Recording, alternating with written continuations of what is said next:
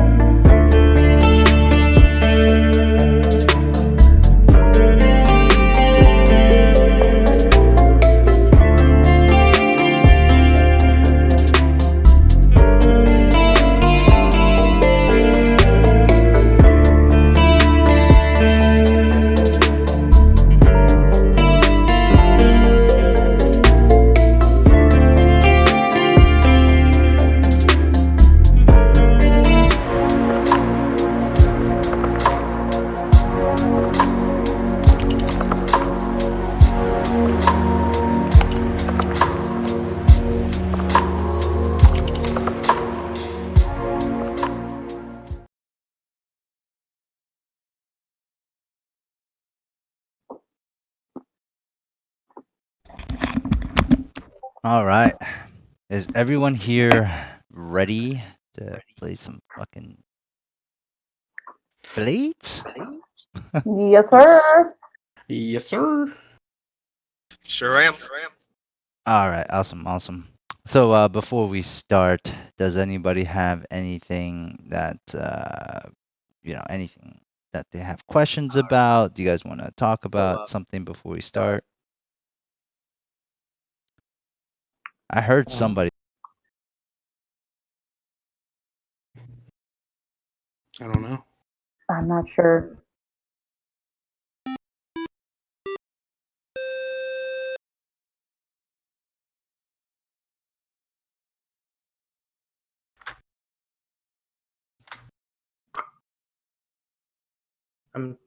Hello? Yeah. Hello? Oh, okay. Sorry. Can you guys hear me now? Yeah. Yes. Okay, cool. Oh gosh, that was scary. Oh no, you're good. I don't know. Yeah, like why? Because I was trying to talk to you guys and then nothing was happening. I was like, oh crap, okay, we're starting right now. No, you're fine. You're fine. Like the frantic oh no, settings. That's why I have to force myself to get in here like 15 minutes early, or else I will be like panicked. Yeah, no, What's that was going on? me right now. Yeah, I did that and still managed to panic. Oh my gosh.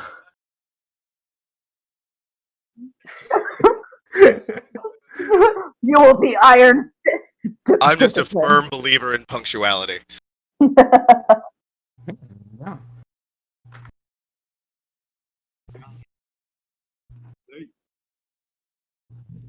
But not.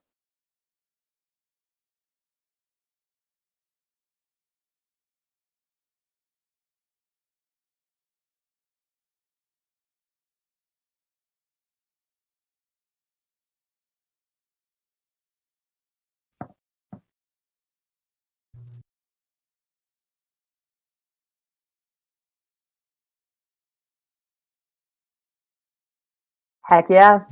Yep. Most def. Let's I'm go. deeply opposed to fun. This is serious business. Serious business.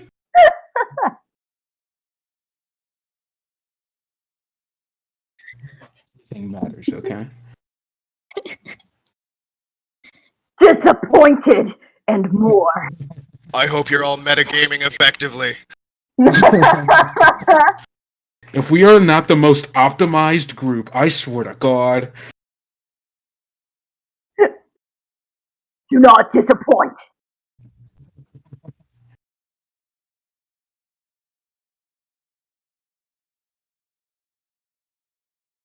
So,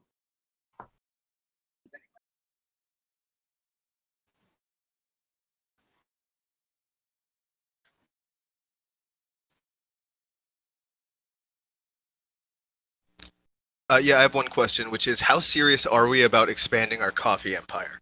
We were just talking about that. I initially said it as a bit, and I'm 100% okay with leaving it as a bit, but I'm also 100% committed to it if that is actually what we want to do. Yeah, no, I think that's a good bit. I don't want to. Yeah, I don't want to ruin that, man.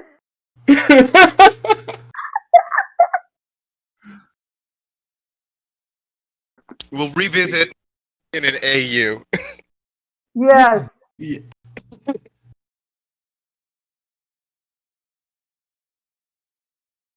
don't know. As things happen. For real. Exactly. I mean, that's actually Yeah, true they and sad. died. They died because they gave me hot coffee instead of iced coffee. That's why. That's a power move. Many times. On your fingers? No, Or I serious about my said that coffee. so Okay. calmly.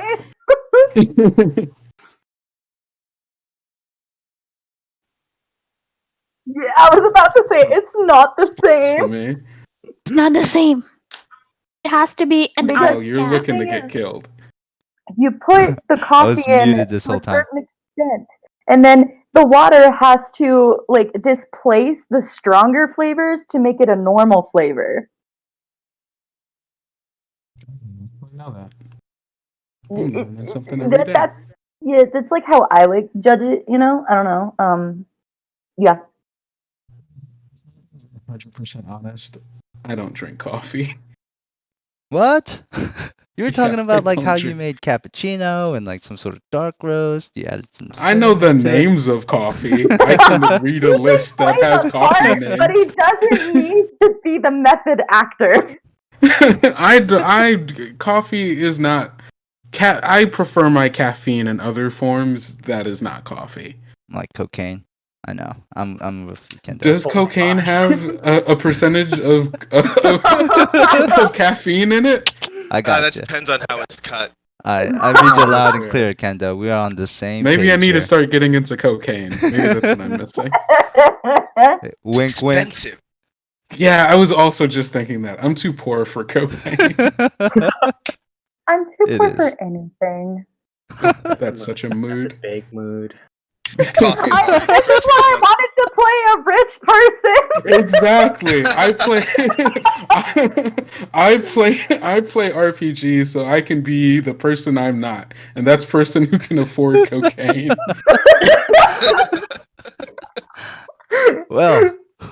Well then. Sad or to afford to live a little. Wow. So much reels here. Just a Jeez. sprinkle of cocaine. Just a sprinkle. I mean, our dentist should know all about that, right? You use that for Oh my pain gosh, numbing? yes. Yeah, you just stuff it down in the socket and hope for the best. No, I already mentioned this. In this world, it's like blood needle. I think is the closest thing. Oh, jeez. What a Right? name. Yeah, blood needle. Induces fever, euphoric mania, rampant energy. Yep, that's it. That's wild. Sounds good. Got some blood needle. That's some, hey, That's Yeah, a, that's that's what a I'm saying. really. I just got a They're tooth coffee. pulled. Got some blood needle. But that sounds like it's too long for like a junkie to say. Like, gotta shorten it a little bit. I It don't know. also What do you feels think about like it also feels pretty serious. Like blood needle. as Yeah. it feels like cocaine. It kind of like it's like you can shorten it to coke, and it's like kids Yeah. can say it. You know, it's like you can make it cutesy. I don't know how you make blood needle cutesy. Like the marketing is all off. Yo, you need the No, I need. think it's actually real simple, The right? needle. Because like you don't want to shorten it to blood, because that's gonna be a problem. Right. Yeah. But you could be like, hey, you got any needs? Ooh, what I okay. I needle some needles, guys. What's up, man? Do not There we needle go. needs. I need some We got needs. Oh, that's so good. Actually, Yeah. that's actually a perfect slogan. You got needs. All right. I think we're getting back I into died drug really dealing. easily. A coffee shop that's going to take over the world like Starbucks and then also sell some needs on the side. That sounds like a good plan to me. No, I the like needs that. Always goes filling in the the people's coffee. needs. Yeah, yeah. the needs is part of the coffee franchise. Duh. And it's such an easy thing. Needs are us. It's such an All right. easy thing to like hide into code as well, being like, yeah, you know, I just need some of that, and we're like, all right, we get you. Add another 550 you. onto the tab. I got you. Oh All right. no. Good Maybe we stuff. should have been hawkers. You can. That's There's- what I'm saying. There's no reason why you can't do both in my book. Oh, we truly can. Yeah, you can do whatever you want. So I don't know about you guys, but I think we're ready to go. Does anybody need some more time to set up or I am just I have to reset my skills because I added the +1 from our last group in like the special ability we chose, and I don't remember what I added to it. So I'm going back into the original character sheet in the handbook shoot. to figure out what it was. Since you guys are technically a crew, even though we're gonna begin before you guys are like a crew, You guys do have to decide on a crew ability real quick. I'm not really. I don't know the shadow ones off the top of my head, but somebody has So it. I was looking it up, and so there was like everyone steals. I thought might have been a good one, or synchronized. Everybody steals. I think both of everybody those are great steals. choices. Because the extra point in like any of those skills would be pretty good. Yeah. But also being able to, what is it, like add +1 to. So it says synchronized. When you perform a group action, you may count multiple sixes from different rolls as a critical success. That's I think that'd a be good pretty one. good. That's a good Yeah, one. so that's why I kind of saw those two, and I was like, Yeah, 'cause hmm. I think generally how group actions go is like it only takes like the 1 6. So even if you Mhm. roll like 2 6s, it doesn't matter. It's a 6. Yeah. Mhm. Well, unless one person rolls both sixes. Oh So, yeah, because right. what a group action does is one person leads it. Right. Everybody rolls, and then the leader takes stress equal to the number of failed rolls, and you Damn, take that's the best result out of anybody for how well the action goes. damn. That's I pretty didn't even good. think about having like having you guys roll multiple dice for a group action either. Like I was under assumption that like you guys will roll one, but I mean really nothing really That says in the makes book that sense. you can't, right? Like Sorry, that You would know, group be actions are super powerful, but Amazon. like if you're that leading sounds a group straight up that OP You dog. But if could you're just leading get a group really that's going to screwed fail a over. lot, somebody can get traumatized real quick with that. Especially Yeah. with a Makes group this sense. big. Like if 4 people failed, you just took 4 stress right there. Oh, geez. Okay, yeah, no, that makes sense. Oh, we Yeah, love because trauma. the Trauma builds leader character. gets stress regardless of the result. It's like if somebody like if I say like 2d6 and one of you rolls like a 1 and a 2, or like 3 of you rolls like a 1 and a 2, then yeah, Hmm. the leader will get 3 stress. Gotcha. So I mean, to me, that sounds like a really powerful thing for group actions. Synchronized. What is everybody's skills for, what is it? It's prowl, finesse, and tinker look right now. Because I don't if think I it's have already, any in those. oh, I don't think you guys are Yeah, much of a prowling, skirmishing type of crew. yeah. I I have none in any of those. I have one in Gotcha. each. Okay. All right, Yeah, Hal. I've got 2 in Tinker and 1 in Finesse, but nothing in Prowl. Yeah, I've got 1 in finesse, and that's it for those 3 as well. Well, we'll figure it out as we go. So I think everybody Yeah. decided on the group action thing. What was it? Synchronized. So do we want to? Synchronized. Yeah, do we want to do synchronized? I'm cool with that. Everyone Yeah, I'm say chill with that. yay or nay. Yay! Yay. Hey, Yeah, I'm good. God damn it, Corey! You always gotta do something different. I'm watching both my eyes on you, Corey. I'm a snowflake. What can I say? All right. So Dammy. then, Yes. Yay or nay? they don't care. Sure. Yeah. Appropriate response. Dope. All right, synchronized we are. All right. Awesome. So while you guys are marking that onto your character sheets, I'll bring you guys over. We'll actually start the game.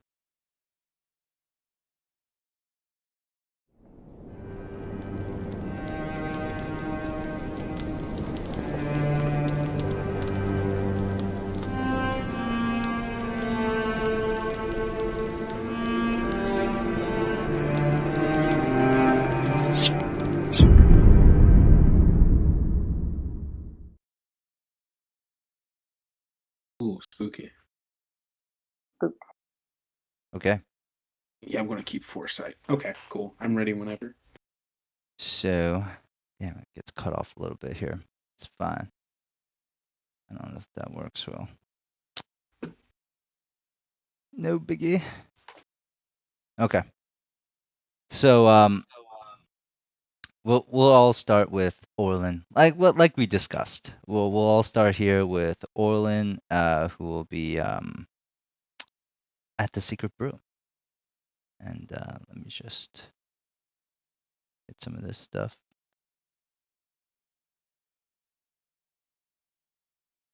All set up.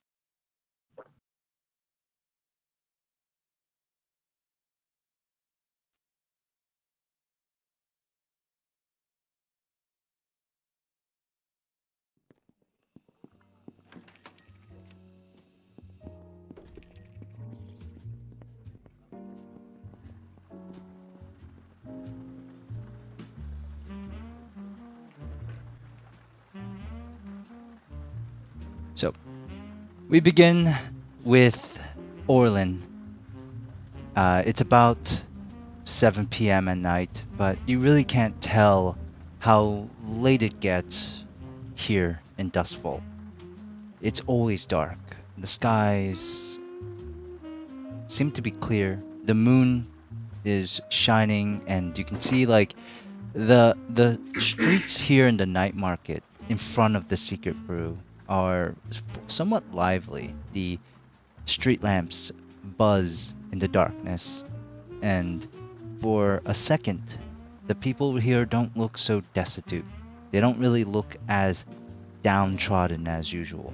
Maybe it's because it's a Friday night, or maybe it's because, it's a certain time of the week where people get paid, but it's a pleasant atmosphere, and therefore the Secret Brew has a generous amount of patrons. A lot of younger couples who seem to be out enjoying the brisk night. Some older friends gathered together, and a couple of like unruly kids who seem to be taking a nice little position where the pool tables are. We find our friend here, Orlan, behind the counter of this establishment. There's something I want to introduce to you all. Since this isn't like Dungeons and Dragons, we don't use battle maps, and we don't really have like a need for tokens. I decided that I think when we do like these scenes and we have like these little nice visuals, you can actually go into your character. You can look at your character sheet and then drag your character sheet out onto the scene, and you'll find like it's like a little, yeah. So if you're in the scene, you can just drag your character out so that everybody knows who's talking and who's interacting with each other. Oh, that's super neat. Very cool. Right. So, Orlan, as you're wiping down the counter, the door to your cozy little coffee shop rings. Ding, ding, ding, ding. You really don't notice right away who's walking in. I mean, I guess it could be you're a little bit busy, but at the same time, eventually you hear the limping sound of somebody walking across the wooden boards towards you, and you do get this feeling in your gut when you hear it. I don't say anything. I just, I'm probably behind the bar, very typical, like cleaning out like mugs, looking over the equipment, that kind of thing. And I'm just gonna look over to the door, see who's coming in. And you notice this figure. It's not someone that you. It's not the prettiest face, right? This older gentleman. This older gentleman has, graying hair on the sides. He still has a good contrast of dark brown hair at the top. But he definitely looks weathered, scarred, and aged. Not to mention, he also has this strange, like, mechanical breathing device apparatus attached to his mouth, and one of his eyes seemed to be replaced by some sort of monocle glass that changes with the lighting. And he walks up to you. You know who this is, Orlan. This is the former proprietor of the Secret Brew. He actually sold it to you at a fairly cheap price. In return, he has one favor that he can cash in. and something kind of makes you feel like he's here to cash that favor in.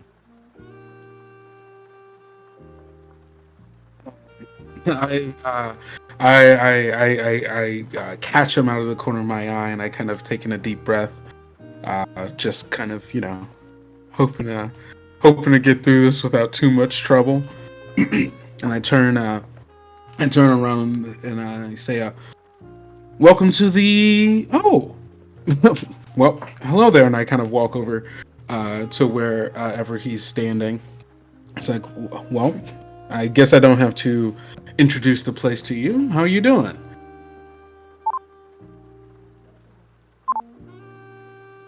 And you can hear like his mask kind of like let out some steam, and his voice comes out in some like raspy sound. Hello, Orlan. Hello, yes. Do you remember me? Oh, how could I forget such a beautiful face?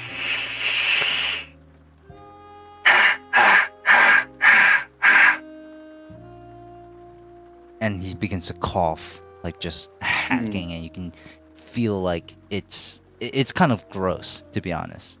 Do you need something to drink? Some water? Some coffee? On the house, of course. And he blinks at you, full well knowing that you, he can't really eat and drink like a normal person anymore. It's the thought that counts mostly. But he continues, and he says, Orlan, I'm here for the favor that you owe me. Yes, I do owe you that favor, don't I? Well, we're kind of looking around. We're a little busy right now. Is it something that you want to talk about right here, right now, or perhaps, we close in about an hour or so? Something you'd like to discuss in private, perhaps?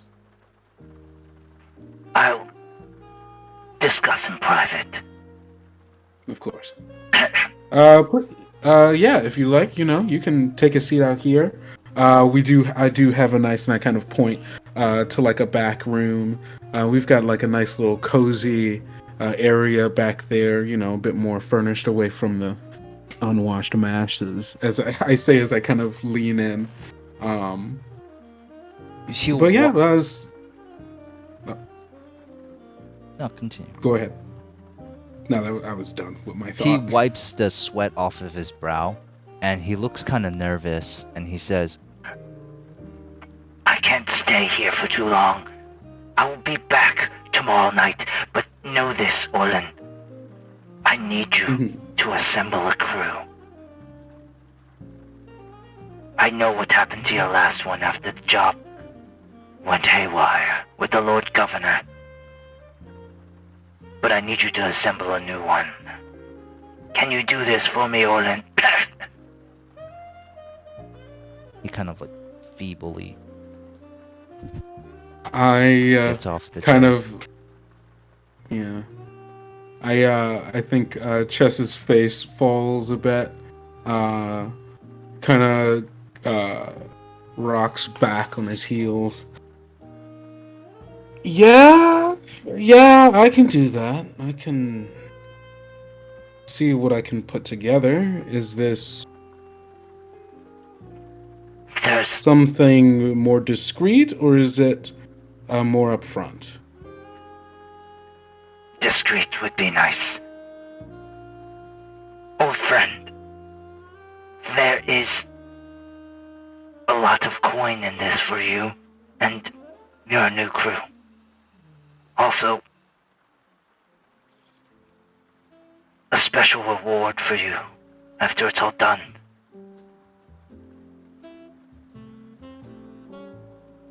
I promise it'll be worth your while, friend.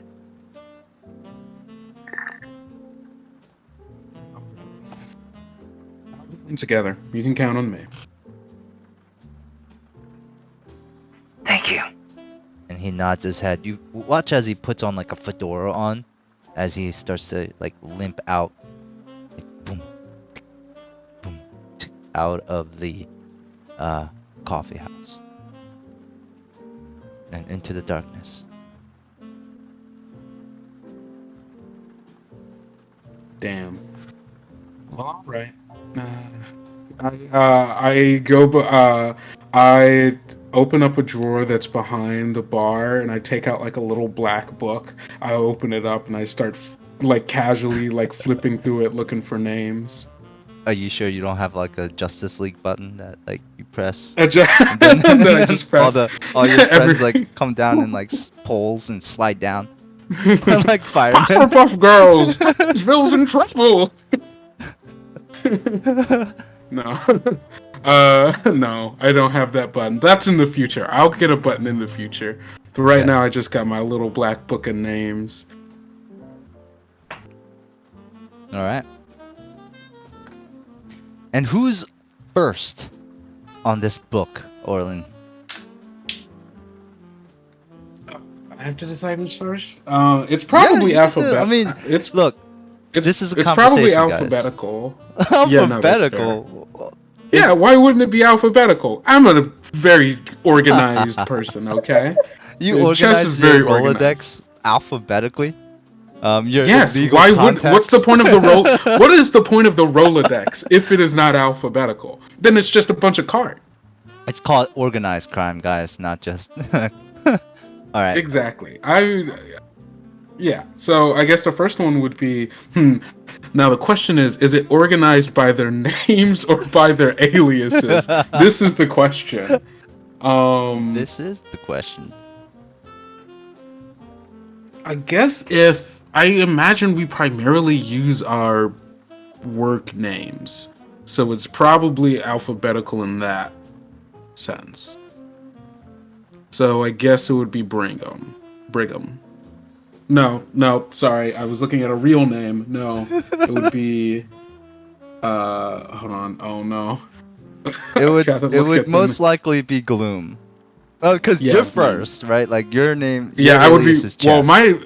I'm not in my own Rolodex. That'd be weird.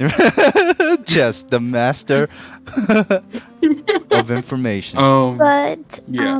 Sometimes but you Orlan need- wouldn't have Jupiter's new alias. The name's new. Okay, awesome. I probably Let's do it. would be. I think I keep tabs. I think I keep tabs on everybody. Let's from do the it old on. crew. Let's do it in the order of like their real names or the characters' names. And so. Okay, cool. Yeah. So it'd be Brigham. All right. Wouldn't it be Alex? Alex comes first. Oh my Alex- gosh, I'm so sorry. No. Alex is not involved at the moment. So What? we'll go to Brigham. What? Oh, that's that's not sus at all. Don't meta it. You don't Okay, have well, Alex's name in your journal. I'm sorry. Okay, no, that's fair. If I don't. No, you don't. Yeah, so you don't know who Alex is. So this will mean Brigham would be the first choice. All right. Okay, So sounds good. we'll say that you finish it up. You close down the shop, and it's like you probably know like Brigham has probably closed down his shop as well at this time. He probably doesn't like late or evening or nighttime visitors, but this seems a little important, and you have about a day to get this crew assembled. Yeah.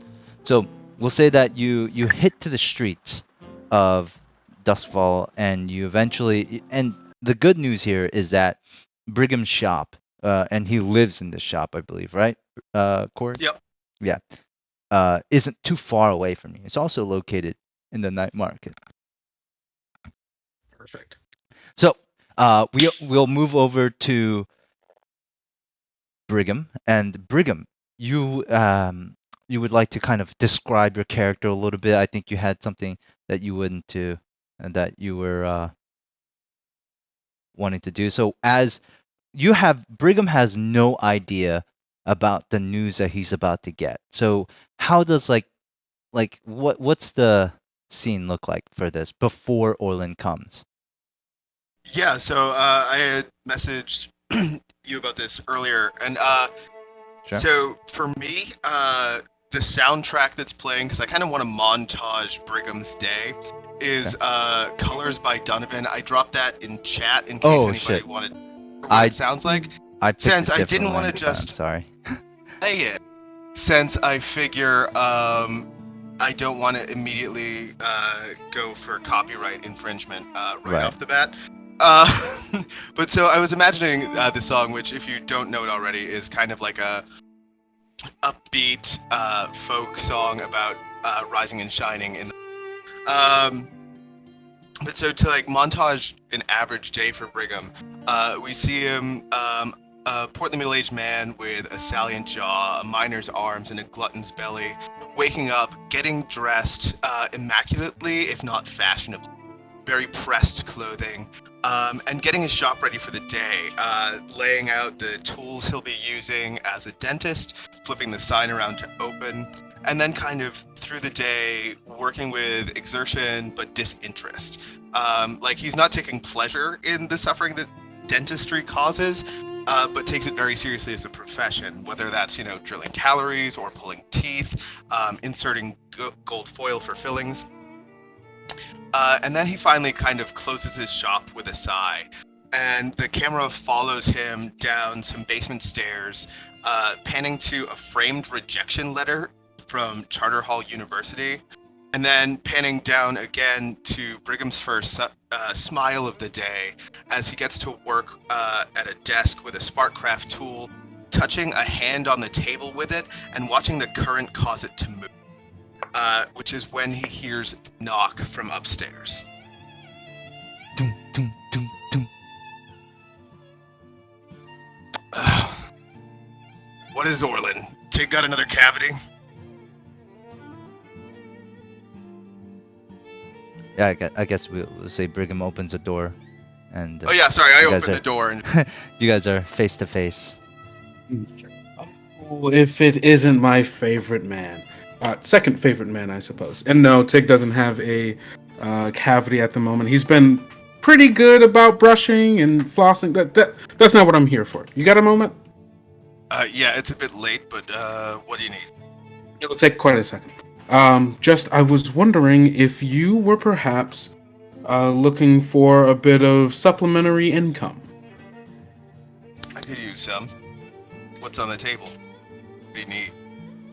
Job. I don't have all the details yet, but I'm putting together a crew. Again, and we'll be working for a.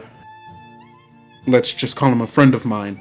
He'll be giving more information tomorrow. It's not necessarily solid as of yet, but I wanted to know if you were interested. If you want, you can show up at the meeting tomorrow. Hear him out. If you're in, you can stay and we can get to work. And if you're not, you can go ahead and be on your way. Alright, I'll be there. I thought you'd say that. Kind of does his best to kind of like shoo Orlan out the door so he can get back to the one thing he really cares about doing. Which is experimenting with Sparkcraft.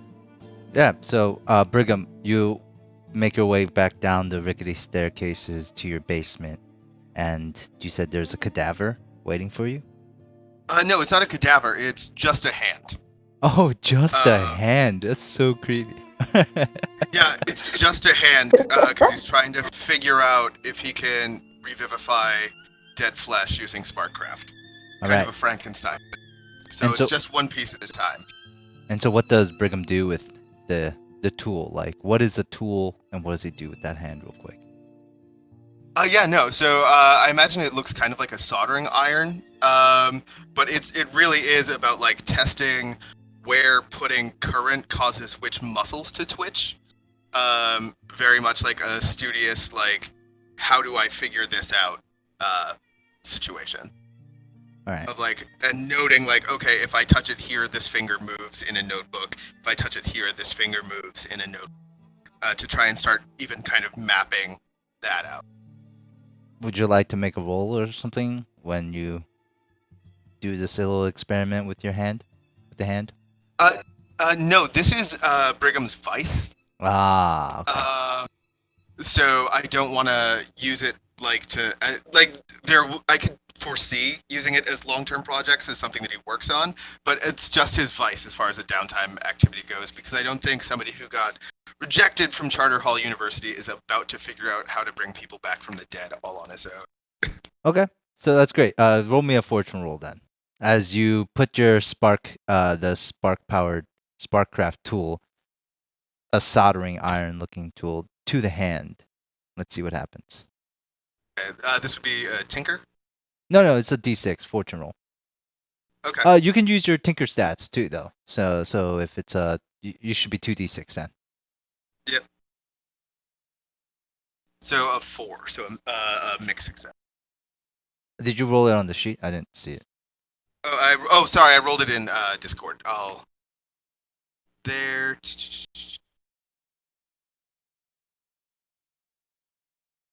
Fortune roll. For quick access. Oh shit. All right.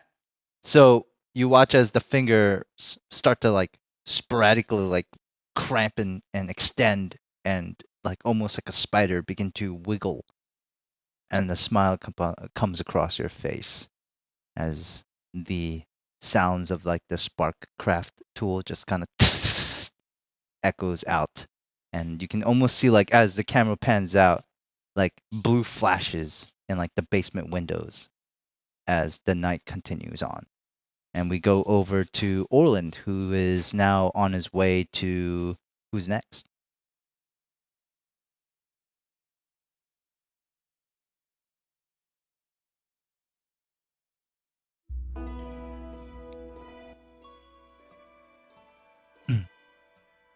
Kendo? Hello? I was muted. Look at that. That was wonderful. Who's next? I'm trying to. What comes first, J or N? I think it's J. Okay. A B C D E F G H J. Okay, yeah, J. Jupiter. Oh. All right, Jupiter. Where is Jupiter when Kendo comes calling? They're at school. They're at Duskville Academy in the College of Immortal Studies. They're currently in the library, like studying and doing their homework. And there's a couple students around them who have who are writing and all that, and Jupiter's kind of just sitting back and reading a book. All right. And Jupiter's just kind of reading a book in this gorgeous, immaculate library. It's very lit up. It seems extremely well funded. And as you walk inside Orlan, you are dressed pretty nicely as well, so you don't really have too many problems. But you do see Jupiter Thorn, a old friend, reading a book in this like little nook and cranny of this library. I think I take a second before approaching them, just like having like an immediate like flashback of all of the fallout events of what happened after the our previous like group broke off.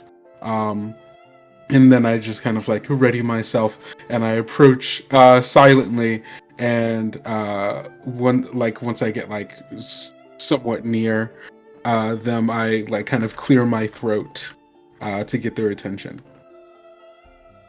Jupiter doesn't look up from their book yet. They just go, Orlan Dalmore. Been a while. I thought we agreed not to see each other after last time. Yes, we did, but I figured you could use a cup of coffee, and I produced an iced coffee. They look up from their book, look at the coffee, close their book, put it on a table, and they turn to the other students and they say, you can all go. And you watch as the students close the books they were writing and put them in front of Jupiter, leave, and they turn to look at you. I'm listening. I think Orlan takes a second to really just digest what just happened. And we're like, oh, all right. Well, I know that our previous endeavors didn't necessarily go exactly as promised or as planned, but I have another proposition. A job just came in, and I need a group of people I can trust. You're putting the old crew back together? Not the old crew, a new crew. I guess I'm in, and they take the coffee. Well, I'm happy to hear it. Our client will be meeting us at the Secret Brew tomorrow night. We'll be there. I look forward to it. He gives them a smile and kind of turns around, starts walking off, stops, and then turns back around and says, "I'm glad you're doing okay," and then continues going. Jupiter just smiles and takes their book and put them in their bag and leave the library because you can't drink in the library. Wow, so proper. Listen, they're not about to get thrown out of college. I'm a criminal, not a monster, guys. Don't want to damage any of the books. That I understand. That's true. Like those Besides, they librarians. just spent valuable time making people do their homework. They're not gonna have coffee all over it. Oh yeah, for sure. All right. And as Jupiter walks out of the library, what does Orlan see, Jupiter? Like, do you have like an entourage following you? Or like, are they like brainwashed in a way, or like are these students just like what did you do to these students? They're just kind of like Like following zombies. me, like some people like carrying books that don't fit in my bag, and other people or someone else is carrying my bag, and some of them are like writing in books as they follow behind me. The autobiography of Jupiter Thorne. No, no one's looking at me directly or anything. Okay. All right. And that ends Jupiter. So, it's a little later at night now, and so because of that,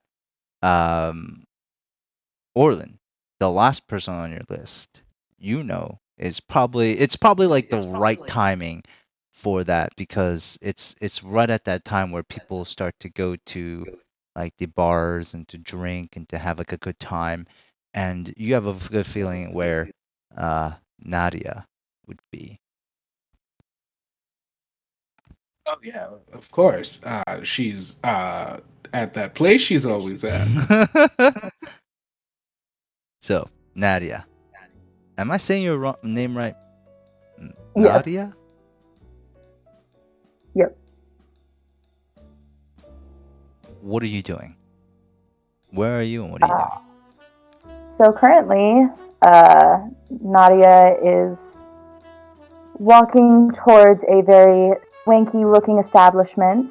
Obviously, this isn't something below her or above her. Instead, she looks right where she belongs, as she is adorned with fine clothing and earrings that just drip down, showing off her elegant appearance. And she moves a delicately manicured hand and almost chuckles to herself as she enters into this establishment. Many people are greeting her and saying hello, and she has a grace about her as if this is almost second nature as she walks around greeting people and talking to them in small talk. Very similar to that of one who is in the wealthy department. Right. This establishment you know to be called the Matador and Bull. And you can say there is a long line of quarters, and just men and females, men and women who are kind of almost queuing up to see if they can get a chance to chat with the Nadia. Now, is it Nadia or is it Nadia? Nadia. Nadia. So the Nadia. As you stroll up to the counter, you hear somebody kind of call out from the actual like club. They sound really drunk. You just hear like Nadia, Nadia, oh Nadia, Nadia, and you smell this person before you see them. They just reek of alcohol. The nice fine suit that this young man seems to be wearing is completely loosened. It's you see there's like some food stains on it. It seems like this person is very sloppy drunk right now. And he leans over the counter. He looks at you and says, Nadia, you gotta let me buy you a drink, girl. She'll delicately place her arm on the flat surface and kind of bring her nails to drum against her cheek as she smiles. You know, as much as I'd love a drink, it is very early in the evening and I don't know if I'm not ready for one. Nonsense. Bartender, bring your finest wine for this magnificent sculpture of a goddess. Please, make it a double for me too. She kind of chuckles and tries to hide her laugh as she looks back. I see you are a man of fine taste. Tell me, what is your position in this world? Any position that you would like.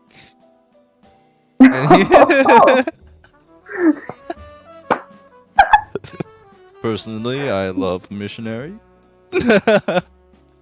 And he like proceeds to put his arm around you and says, Darling, why don't you come back to my place and I could really show you my position in this world.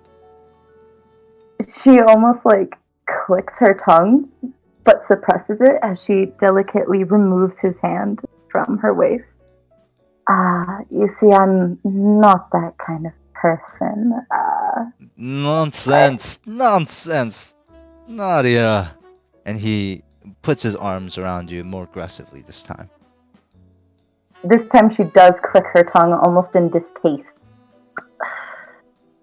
As much as I appreciate and relive your concern and interest, I must press my opinion further that I am quite alright.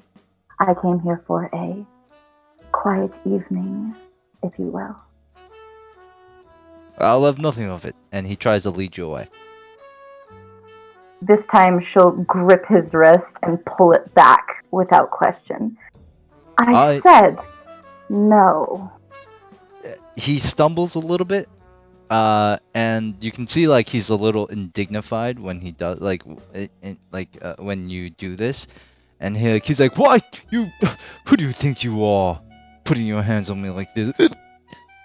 You're nothing but a goddamn whore." And he says it right in your face, drunk ass dude. What do you do, Nadia? All right. Show me what you got. Calmly, Nadia will collect herself, take a deep breath, walk forward, and go, "Oh, I'm so sorry. I must have offended the wrong person. You see, when I figured no, I assumed that you would understand." And as quick as lightning, she brings out a dagger and places it at his throat and says, "That you would leave me alone." So the music in this whole scene just like stops. and like the whole place is just now looking at these two. A little bit of blood is drawn as the dagger's like really sharp against his neck, and you just see him like gulp.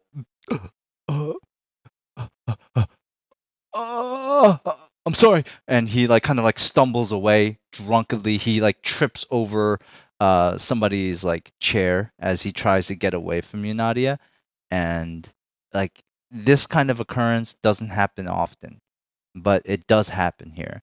And with your ability to handle it situation, it seems like the crowd kind of settles back down, and then like the music begins to play again.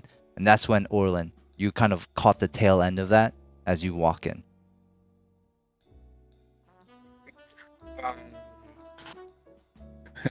I love this. I think I like kind of like brush past him as he's like running away, and I approach like kind of like slow clapping, uh, as I do. That was quite the show. That happened often around here. Sliding the dagger back into place very elegantly and almost serene, she turns around and smiles. I would have to say no. Unfortunately, some people don't understand the word no in and of itself. What a shame. Mind if we talk real quick? As long as you do not try what we did, of course. I'm more than willing to. Oh, you need not worry about me. I am well about my wits right now. Excellent. What would you like to talk to me about, dear? So, Nadia, I was wondering, when you're not around here making your coin, would you perhaps be interested in an alternative way to make some quick coin? She irks an eyebrow and tilts her head. Alternative? Now, you're not trying to ask me anything presumptuous. Oh, absolutely not. I would never dishonor you in such a way. I merely mean that I have a client who is looking for a job to be done, and I'm putting together a group of plenty capable and trustworthy individuals to be able to pull it off. And the amount of discretion that they hinted at, well, I could think of nobody better. She again smiles, almost as if she's almost enjoying the thought of doing something else for a time, and she slowly nods her head. Why, yes, I do believe there's an opening in my schedule. Tomorrow, you said. Yes. Tomorrow night, we'll be meeting. You know that little coffee shop I have, the Secret Brew.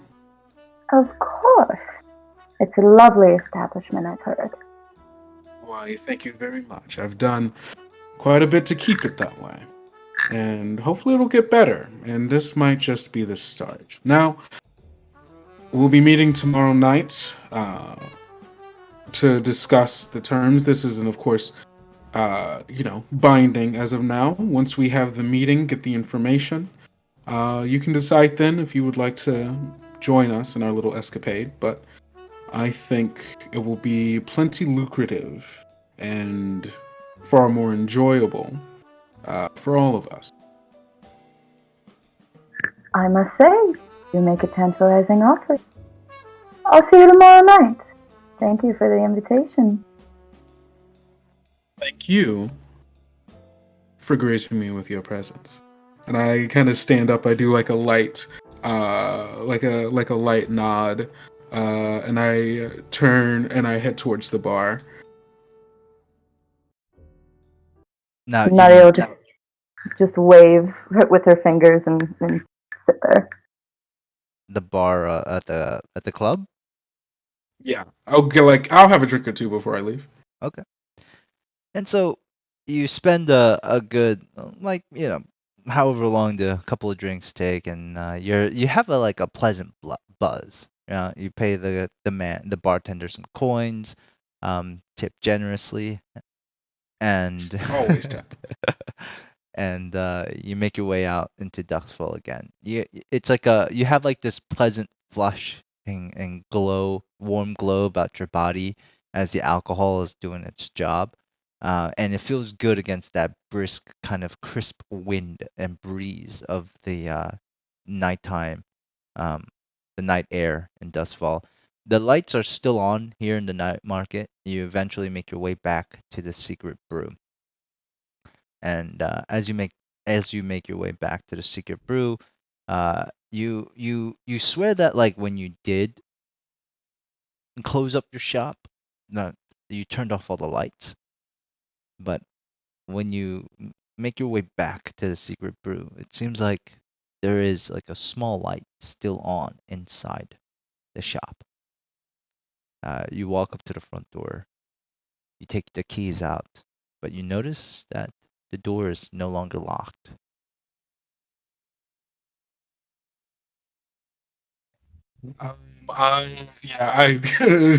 Orlan sighs. Um, he like puts his hand on like his sheath pistol, and slowly opens the door, and like takes a peek in.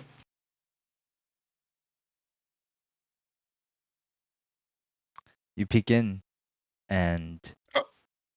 for a moment you don't see anything, but in the dim light you see something moving back and forth at a rapid speed. You're just like, what is that? As your eyes focus in the dim light, you can see like a furry tail that seems to be wagging. Your eyes follow the tail to a much larger and almost pitch black dog. Big beast of a dog. Seems to be just lounging on your coffee shop floor. Like is it looking at me? No, it seems it's like it's playing with like a toy or like a little bone that it has. Its attention is completely like it's looking at the opposite direction of you, and you're looking at behind. I Gotcha. I look around to see if I can see an owner. Judging by who the owner is, you're probably not going to see him unless he wants you to see him. Oh, that's fair. Hearing Orlin come in, you see Alex pop out from behind the bar. Boom, motherfucker! I'm like, oh, you're back. Yes, I am back. Finally, I've been waiting for so long. Huh. And you are? Would you like a cup of coffee first? Seeing as I'm paying for it, I don't see why not. I feel like this is going to be rather longer than I was expecting. I keep my hand on my gun. I'm doing like the sheriff like walk in with like my hand on my like on like behind my back as I approach the bar. As Alex sees that, he says, "I wouldn't do that if I were you." And then you And hear, I wouldn't break into my shop if I were you. But here's the thing.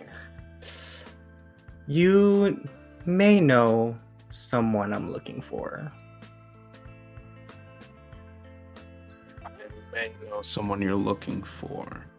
And that is? Maybe I should say my name first. Hi. And he holds out his hand. My name is Alex Harper. I very cautiously take my hand off my gun and I go for the handshake. Orlan Dalmore. You may know someone, his name is Roderick? Yes. I'm familiar with the name. What about him? I'm looking for him. He's important to me. And he sips his cup of coffee. Well, I'm afraid he's not here right now. Maybe you want to leave a message and I can get it to him at my most earliest convenience.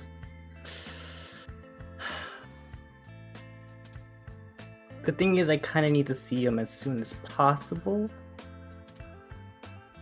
Mm-hmm. He's Well, somewhat of a family member. family member. Well, I'm sorry to be the one to tell you this, but I'm not sure if you're going to be able to find him. At least not here. Well, this was the last place he was. And seeing as he was person of the military, he was probably helping you doing something. So, if he helped you, I'll help you. Okay. That wasn't necessarily what I was expecting. He was family. No, go ahead. Sorry. Orlan kind of looks down at the dog and looks back at Alex. Is Alex like visibly armed at all? You see a couple pistols on his hips, and then his rifle is with the dog that's on the couch. It's like on the table. The dog is holding the rifle, pointing it at Orlan. Like, bark, Pointing it at me. motherfucker. Wolf, wolf, bitch.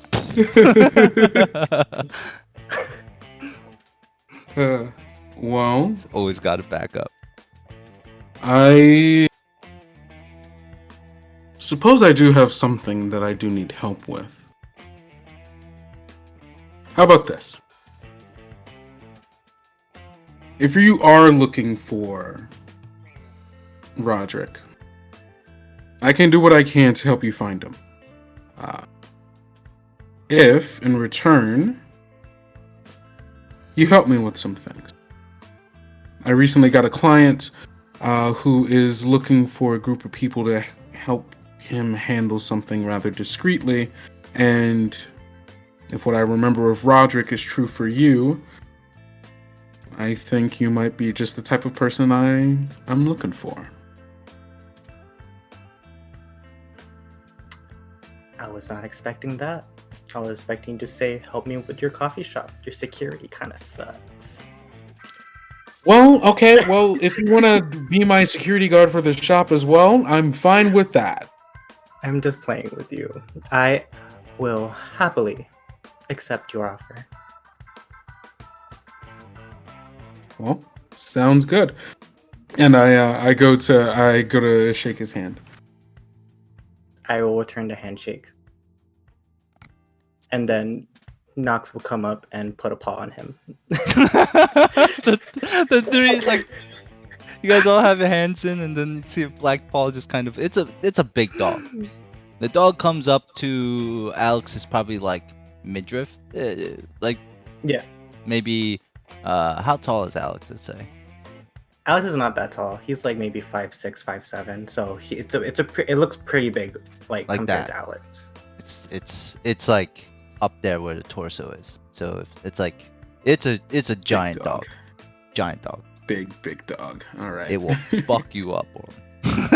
Yeah, no, absolutely, definitely not. I'm certainly not going to mention their dead family member right here, right now, as I'm here alone with the dog. But hey, maybe I can keep this up for a long enough period of time. Who knows? Ooh, that's bad. We'll get, We'll get there when we get there. We'll get there when we get there. This is drama. This is the drama we need. Things are going too smooth. And with that, Alex, I don't know where does Alex sleep for the night? Like I'm assuming like if he's on the hunt, he doesn't have like a secured like home nearby. Like where? Alex will walk out and he probably stays in like a hotel Right. and yeah. like probably like looks back at Orlan and just be all like, you can come back with me if you want. Ah, that's very forward. Well, Orlan checks his watch. He has no concert nor no sway. Like he's like straightforward. Not tonight. Maybe another time. All right, suit yourself. All right. So Alex, I want you to do something for me. I just can't see where it is on your sheet. Does that? I want to do like a lifestyle check. I know it's somewhere. Is it this? Oh, okay. So go ahead and roll me. If you click on stash. Stash. Yeah. Okay. On your character sheet, it'll roll Okay. lifestyle, and so we'll just give you one bonus die. One bonus die. Yeah. I don't want to make you like broke, but. Wow. Oh shit. All right. 2. Let's just say it's not a hotel, more like a motel. All right. I mean that makes sense. And it's not like in the best part of town either. So, but because you are pretty scary and your dog is crazy scary, no one really bothers with you. And Good. we end that night. Orlan, we start again after you close your shop for the second night. You know, you all of you have your days preparing before this meeting, and Bruce, your contact hasn't come yet, but the bell to your coffee shop does ding ding ding ding ding ring out, and in comes Jaw, aka Brigham, or Brigham, aka Jaw, and then Yeah, I you think. guys- So I was gonna say, I think Brigham still thinks of himself as Brigham, and does not think of himself as Jaw. yeah, Right? Like is Superman. Like, is Superman like Clark Kent or Superman by his own imagination? No, he's just Brigham. Yeah. We'll get to Jaw. Yeah. No. Good call, because Brigham is definitely the kind of person who shows up early, rather than on time. Am I still audible? Yeah. Okay, cool. Alright, Orlan, I'm here.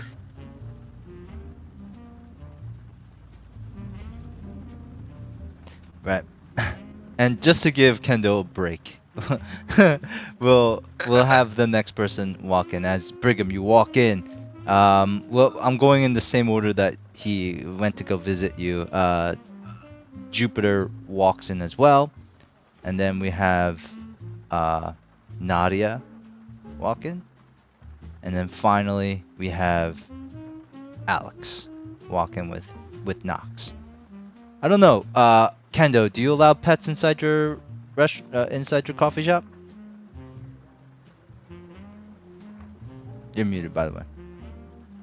I mean, Roderick had it. Oh, Roderick had like a hunting. Oh, Roderick, that's true. It's normally I would say no, but I don't feel like this is a scenario where I can say no to this dog, especially because I'm already juggling so much with Alex like immediately, where I don't really want to push too many. I don't want to put too much tension on what might ultimately come to something that's very stressful. So I will Well, allow that's the okay. dog inside. That's okay, but Brigham is absolutely gonna be like, that butt's gonna get burned off. I would. Sheets are gonna be a bitch to clean out too. Can you say that again? You kind of cut off a little bit there. Yep. Sorry. Yeah. That mutt's gonna get hair in your coffee. Not to mention the machine's gonna be a bitch to clean out. Well, that is the sacrifice we make for new friends, isn't it? You say that out loud, Brigham? So that Knox hears this? Oh yeah, Nox Oh yeah, that is was not absolutely out loud. Oh yeah, Nox is not gonna like that. He's gonna like start to growl at you, Brigham. Nox Okay. will, because I have Mind Link as a Uh-huh. as an ability with him. He'll think, well, yeah, you're a mutt too. Make sure your hair doesn't get anywhere either. This dog's got sass. All right. All right. Oh no! All When you right. fight with a dog, and the dog fights back. See, this is why I was going to allow the dog in, because I don't know what's going on. I don't want to upset the dog or anything. He's my support animal, my emotional support animal. Oh We god. have to allow him in now. Oh, good. It seems like just about everyone is here, and I start handing Brigham, Nadia, and Jupiter coffee exactly the way they like it because I know exactly what they want. And then I turn to Alex and I go, "Cup of coffee?" Yeah, sure. Can I have a latte if you can? Oh, absolutely. And I go behind the bar and I start making it. Simplistic, like your budget. Oh, 100%. Simple, dignified.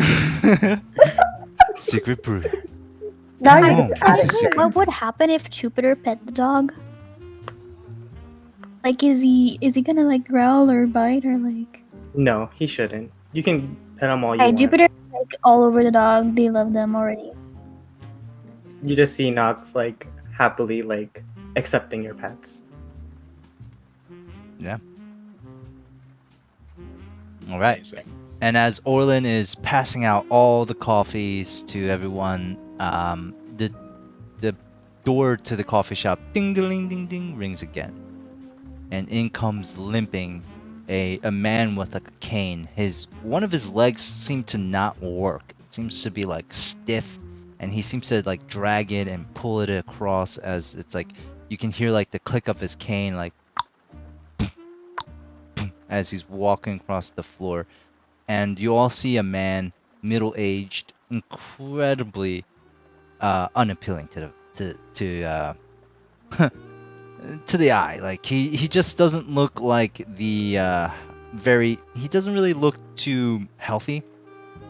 Looks pretty sick. He's got the breathing apparatus on his mouth, and without saying a word, he walks up to a table like this booth, and he just sits down. Right. Well, everyone, if you would like, well, let me introduce you to a good friend of mine and former proprietor of the Secret Brew. What was his name again? Perfect. yeah. Thank you. You were So- already on it. his breathing apparatus kind of steam kind of comes out of it, and he turns to you and says, I am Bruce Math. It's a pleasure to meet you all.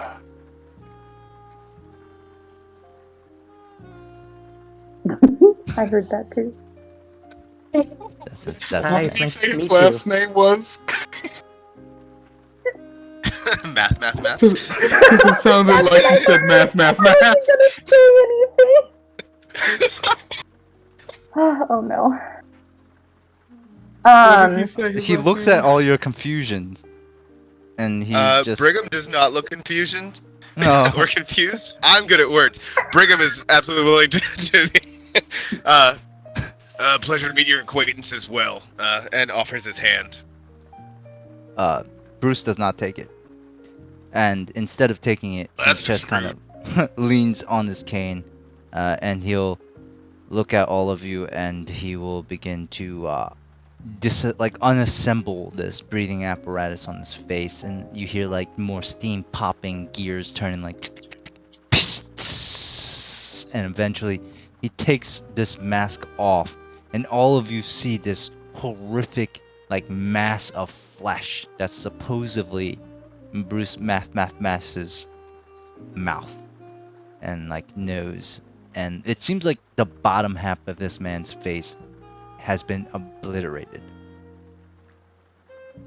Yeah, it's his real name. No, it wasn't a mistake. His name is Bruce Math. Can't. I love that. That's so good. And he looks over to you, and he's like, you could see like he has visible trouble trying to breathe, as you could see like parts of his tongue and stuff sticking out of his mouth, like his ruined jaw. He's like, I have a proposition for you all.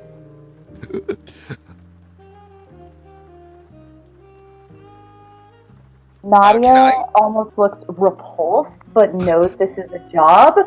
So she's like gripping her hands so tightly on the table while like teething a smile, going, mm-hmm. That's super gross. Brigham is, You're gross. You know that. You're a but disgusting Brigham human is, being. Brigham is absolutely studying the mask as intently as he can without being rude. This is a piece of technology that definitely interests him.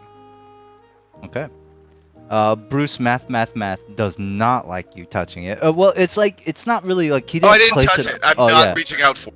I'm just with my eyes what I can figure out. Like so, You're like touching it with your eyes. It counts. you could sense your eyes on his thing. It doesn't fully come off. It's like a mask that like has like a hinge, so like he can open it, but like it's like just hanging there off to the side.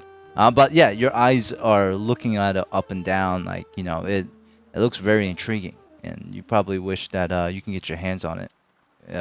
That kind of technology is probably very pricey. But Yeah, we'll get there. you can't. He's not gonna throw it in for the job reward. Like, and the mask that you need to live. No. So he looks over at you, and just because like I don't wanna have to be gasping for air while I'm doing this. I'm gonna talk in a normal voice, and he's going to tell you like, I have a proposition for you all. Is anyone here familiar with the Iruvian diplomat, Alestra Evrathi? And his cold, one gray eye looks at all of you, trying to find a hint of recognition within any of you. Would Nadia know? Nadia would have heard of her. Yeah. Okay. I also have heard of her because I'm also an Iruvian noble. Hey. Yeah. So Orlan and Nadia would have heard of Alestra. The rest of you probably maybe not. So for those who know her, like I said, she's a Ruvian diplomat. She's also very secretive. She's a very graceful woman, and she's highly educated. Considered like a scholar to most. Oh, good. When Bruce Somewhat sees familiar. the recognition, damn. Will you all be stealing from her? Do you have a problem with this? Not in the Nadia? slight, I don't think. Nadia will pause and then kind of look towards Bruce and finally decide to ask, why exactly are we stealing? Because she owes me. She For? did this to me, as he points to his ruined face. Oh, that would explain it. No, what? I used to be part of a Deathland squad. A group of criminals who would go out into the Deathlands to retrieve artifacts of the past ages. She double-crossed us. She took the artifact and then called down the inspectors They confiscated our wares, our coins, and they rigged our hideout of explosives. I'm the only survivor. If you call this living.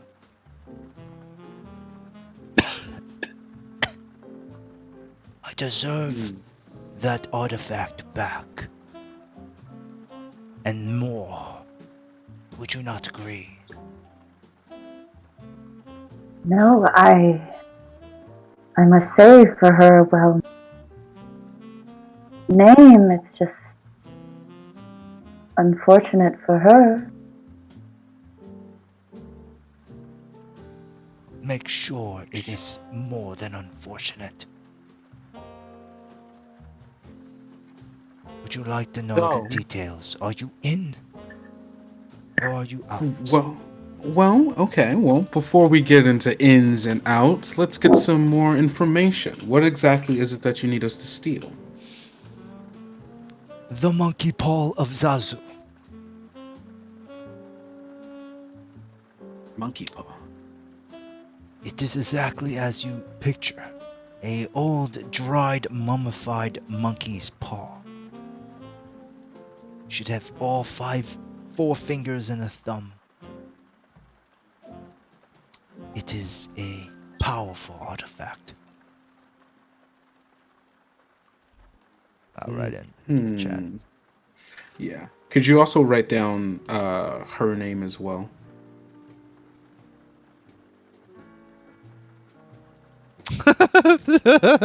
So it's an advocacy.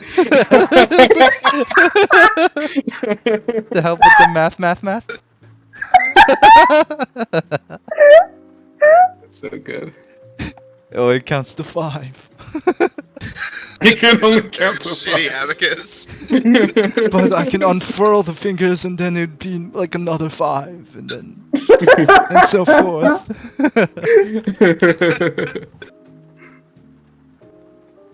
Sorry. All right. No, it was great. No, Dude, this you're is good. awesome. That was good. That was You can say that out absolutely- loud too. You don't have to chat it, dude.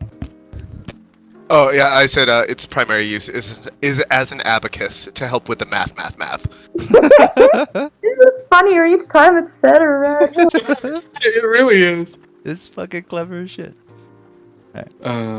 So Okay, yeah, that's so he's like kind of like curling his own hand into like the shape of a paw, like a monkey's paw, and he's just like, I need this. And one more thing. I know your escape route out of the manor. Oh, I should say, I should perfect. go over this. Alestra has she has a small army that guards her estates. Let's say she has many powerful artifacts that are worth keeping out of the hands of people like us. But Interesting. her greatest weakness is her greatest strength. She knows many nobles here in Duskfall, and therefore she holds a lot of extravagant balls. Nadia's eyes wide up. I assume that this will be your opportunity. Any other time, well, you would need an army of yourselves. An army for yourselves as well. This does present an opportunity. Orlan's like writing like notes in a notebook as he's like giving us information. So, do you know when she'll be holding a ball in the near future? Conveniently, tomorrow night. Look at that. That is Jupiter rather is correct. sitting on the floor and they're still petting the dog. And they look up in horror and they're like, tell me I don't have to dress fancy. Nadia will turn to her. Darling, when you hear ball, what did you expect?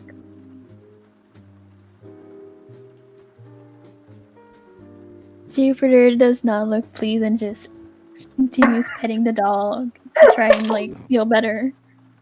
Okay, but can we get a Nadia dressing up Jupiter for the ball scene later? Yes, please. Yes. Yes, please. I can just Oh, see it that's now. Do perfect. you want a suit? Do you want a dress? What would you like? She's like, Oh, she's like staring at her. No, Jupiter At her does dress. have. such a great She's like, scene. I like my dress, but I don't know what you want. And then they just look at her. None of the above. Keep in mind, Jupiter Oh, doesn't have normal hair. She has like leaves instead of hair. They So Or yeah, sorry, they have leaves instead of hair. they have leaves and flowers in there, and some normal green hair, but like it looks as if it's all leaves. So unless you actually touched it, you wouldn't know there's actual hair in there. be I'm worked curious. into the outfit. touch. Instead of a barber, you use a gardener. You don't cut it. Just keep letting it. Question: does it fall out during the fall, Aw. Yeah. or does it at change least colors? change colors? It does. It becomes like orange and yellow and red, and then it falls. Oh, that's so good. That's dope. Excitement. I love that. And Okay. then in winter, there's winter flowers blooming in there. Oh, that's so good. All right, so Alistra has a Extravagant ball falls. tomorrow. We have an escape route. Have we spoken about that yet? No. Okay, Yeah, just want you to bring make it up? sure. You want to bring it up? Yeah. So you mentioned escape route already available. That is the second part of the plan. My sources tell me that the Eruvian diplomat has a secret hidden escape tunnel in case of an emergency. I have conveniently for you all located where that tunnel is. It's in the basement. And like he kind of takes out a blueprint, unfurls onto the table, points at where this so-called secret tunnel would be. I have an inside person, a servant of some sort, who's able to confirm the location of the secret tunnel. There, waiting after you steal the monkey's paw, will be my other crew waiting. You will let them in through the secret tunnel. You yourselves will then leave through the secret tunnel. And my other crew will proceed to do what they want to do, are hired to do. A different specialty than yours, let's say. Murder, you mean? or property destruction. That's a solid second choice. Or both. Why not Indeed. make it a bundle? I won't deny or confirm this. No, of course. How diplomatic of you. All right, but for us, so you have an inside person. We'll need the identification of this person, so that name, what they look like, so that we're able to tell them out. You do. I guess we'll figure out the secret route based on what you've shown us on the map. And we need to find a way to get into the ball. Okay. This all seems relatively straightforward. But I suppose down to brass tacks, how much are you willing to pay for our services?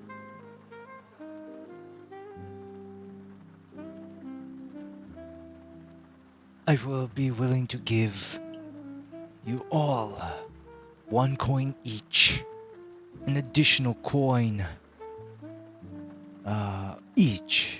An additional coin for your coffers as well. up to a total of 7 coins in total. Or sorry, 6.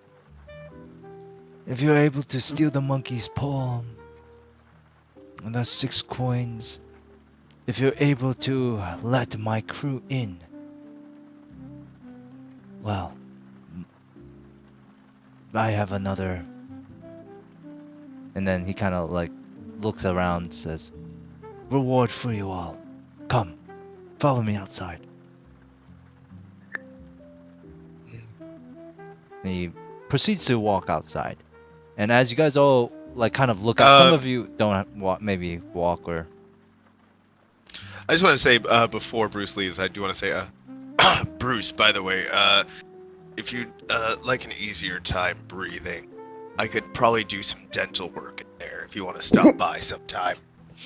He looks over you, like his mouth like just matted flesh and pus, and like his tongue just kind of sticking out like. No, thank you. Yeah, I can work with that. Oh well, really? Okay. He's going to consider it. I actually don't know. Yeah. I actually don't know what he does. Oh shit. Yeah, I mean, I could rolled a totally 6. imagine. He totally Goddamn. takes it. He takes the dude. He's like, ah. Like some drool coming down his like ruined mouth. He's like, where is your shop located? It's the southeastern night market, nearby that stupid bar where the idiots get high. That's a lot of bars. No, it's the one. What is it? Let me The look Devil's this up. Tooth. The Devil's Tooth. Yeah. I can't Go believe on. I'm a dentist. Yeah, near I the was Devil's like, Tooth. but to say like your shop is next to some place called the Devil's Tooth. I was know. there first. Had to mark my territory. Of course. But yeah, You- we can fashion you a new job. Might make it easier for you to talk. I take you up on that offer. And then he proceeds to walk outside. For all those who follow him in the street lights, you guys see like this like crazy looking machine. It's it looks like this. And it's parked right outside of the coffee shop. It's like this carriage that's made out of like this like like metal that's in like this like almost like a submarine shape. You see like a smoke chimney that's where the steam would come out from the top of it. Like submarine like or like boat like porthole windows all across the edges so that you can see. It's a remarkable machine. And you know, all of you would probably like one if you had the money. You could tell like this is primo stuff, and you don't even know if he could even afford something like this. He probably really can't. It's probably stolen. This is your other reward.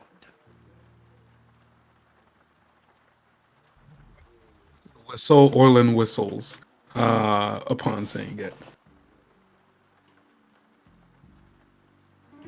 Well, He also tries to whistle. Oh no! oh no, He needs that new job, man. He needs that new job. he truly does. Alright. Well. And what did he say that we needed to do in order to get this bonus? Let his people in. So Oh, like okay, the first cool. part of the job is to steal the monkey's ball, but if something goes wrong, like you might have to leave before that. But if you can stick around to let his crew in, do the secret tunnel and escape that way, that's the reward for that.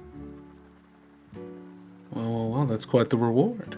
It's Jupiter cold. looks disappointed. Oh, Oh, oh.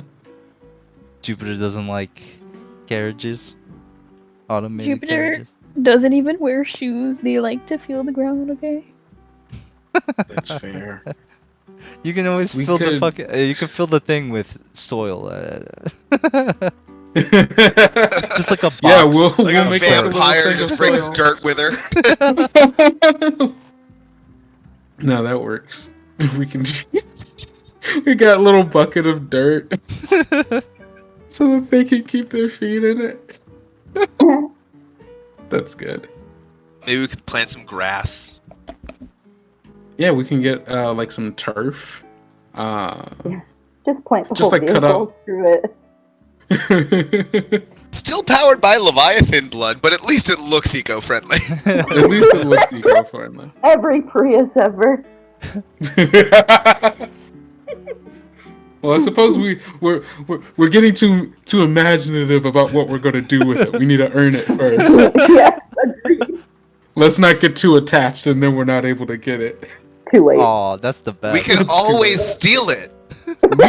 Oh, you're gonna kill Bruce Math? Shh. No, Yeah, let's not kill Bruce Math, man. A, I want his mask already. B, we may as well take the carriage too. I'm just saying. Well, my God. okay, well, we can talk about that when he's not here. But for now, I'm liking everything he's telling us. Damn.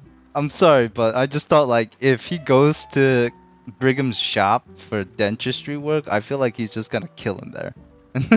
Yeah, right. And then I just, want to be like, clear, take- Brigham is not a serial killer. Okay. No, That's that's which is slightly different. Oh, he'll That's a only what? kill him once. Yeah. Only once. You're the unlucky one. I don't even get the bodies on my own. No, that's Alright. fair. Man, you have to pay grave robbers. That's so expensive after a while. Yeah, no, I talked to Cal about that like, actually he does have to. Like, I was being faithful to the setting, right? Like, that, medical professionals had to hire grave robbers to bring them corpses to study because it was illegal yeah. to have a corpse. So yeah, no, that's why Brigham is tapped into the underworld, is so he can get bits of bodies to experiment with. Love it. Love that. So Bruce Math looks at all of you and says, "Are we in accord?" Turn to look at my companions and kind of gauge what they're thinking. Nadia's waving her hand and nodding. Seems fair to me. I'm doing whatever They're you're just doing, like Orlan. straight up is not looking at the dude. They're still like on the dog. Like they have lost interest when they saw the carriage thing. I gotta find a way to get them on board. I'm You know, doing you can whatever. sell a carriage for a lot of dogs. You could sell the carriage, buy more dogs. I almost Okay. spit out my Sounds tea like onto my computer. responsibilities. Oh no. A dog farm. Alex will look at Bruce, and ask him, "Are there pets allowed at this ball?" He narrows his one good eye at you and says, "What do you think?" Yes, I think yes. He looks over at Orlan. He's like, "Are you sure this is the crew that you're looking for?" I trust them with my very life. That's so thoughtful. Thank you. Jupiter is looking offended and covering the dog's ears so they don't hear that Bruce thinks they're not good. Nadia's The just thing is, laughing like, and rich. he just Laughing and mentioned bringing a giant dog into a ballroom. Nobles. He would be in a suit. See, like, Bruce he's agrees like, Oh, he'll be in a dog little suit? suit. yeah. Oh, that's good. That sounds like We'll something figure it out. opulent people do. They just bring their pets because they have the money to bribe people to have it there. I'm not telling you how to do this. We'll figure it out. That's like those We'll people get who the bring dog their in one dogs way or to Home another. Depot. It's the worst. Don't get me started Oh, on that. no. I worked at Home Depot. Wait, who works at Home Depot? I think Me. worked. I You- used to, anyways. Yeah, you worked. I feel you. Well, well, Bruce, I think we have a deal. Just, he's given us basically all the information. Can you Yep. all think of anything else we might need to know? I guess. Oh, invitations. Nadia will ask. Are there invitations required to this event? I would assume so. Good to know. Thank you. Apparently, I'm losing my breath, and so I won't be able to talk anymore. But I can give you this one last information. Elastra. She's holding the ball to cover up an auction. Some of the noble people there are going there to buy some of her artifacts. Apparently, she has fallen on some hard times and is in need of coin.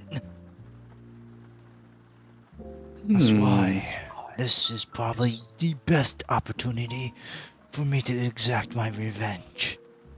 15 years. And tomorrow night will be the night. As someone who understands revenge very well, I can guarantee you won't have an issue after this.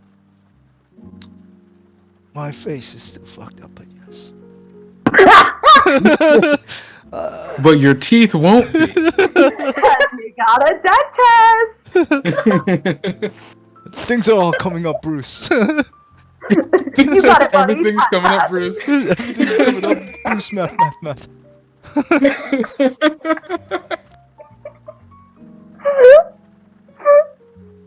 Oh my god. Alright. Yeah. I think, I guess, I'll help him get his stuff, because I know he took off, like, all his equipment and whatever, so I'll lend him a hand in retrieving all of that and helping him out of the building. Okay. Now, we never talked about this, and you didn't really discuss it during the roleplay, but, how does your crew operate? Do you guys take payments up front? Do you guys have this sort of kind of hammered out already? Like, generally, how does Orlan do it? Or how does the group do it? I feel like we'll to make the precedent now, right? Like, you can do that later, but Yeah. for now, since you guys didn't mention it, he'll just walk away without giving any coins right away. Makes sense. Yeah. But in the future, just keep that in mind. It's not it's not far-fetched to ask people for upfront. Yeah, I completely forgot. I feel like Nadia's kind of saying, like, certain things she can wait until after the job has been done. Other things be like upfront payments if they're going to be lengthier. Right. Okay. Yeah, because it's just going to be done tomorrow, so. Mm-hmm. Upfront payments make you look desperate. True. No, well, it's also like security. Well, to right? a certain degree. Yeah, like Yeah, No, like- it's security. Yeah. But like, you just want to be like, I know I'm gonna get paid because I'm gonna do this, and you also want to Yeah. send the message that if you don't pay me, you know you have your own problems, right? Saying pay me up front, right? Like, Yeah. we can accept payment upon completion. I like it. I like Yeah. it.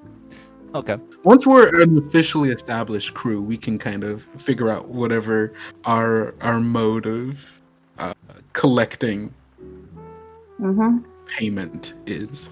Agreed. Again, I have a lot of grenades, so What? Pay us or we blow you up. Watch out, Bruce. You might have another bomb near you. That's fucked up. yeah, I hear he loves bombs.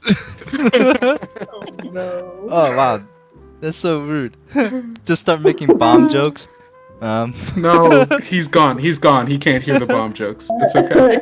Aren't your teeth the bomb? Oops. Sorry. So we'll bring you over to whoa. the planning stage here. You guys let me know what you guys want to start to do. I mean, I would say at now you guys have the post-it notes that you can drag over from last time. For those who have no idea what I'm talking about, you can look at your character sheet area and drag over what it says. Holy shit! That was so big. Oh no! Oh, Who did that? I feel like I pull out like a small post-it note. I pin it up there. And Nadia just like has like this big ass poster, just boom. That's not a Nadia post-it. Enrich. Nadia Enrich. You pathetic mortals can only consume tiny post-it notes. Look at my money. That's a full page of paper at this point. Yeah, it's not even a post-it note. I can barely even see anything you're writing on that little dinky thing. Why is it so big? Oh, now I'm doing it. Sorry, how do I make it smaller? Why is mine small? I pulled mine out, and it was just a regular sized post-it note. Everybody else starts pulling out post-it notes. They're fucking pulling out There we a go. fucking dictionary's worth of paper. Morning. Oh my I god. feel like it's important to say that my Wi-Fi is cutting in 15 minutes, so like. Yeah, I was literally about to log- mention that. So we can kind of, at the very least, we can get the base amount of information that we have. So, I have a Okay. question, Damien. Do you mind if we continue like another hour, or would you not like that? It's just, do you think you're gonna do stuff that needs to Jupiter to be there or something like that? Because like there will be no way to contact me. Like I literally will have no Wi-Fi.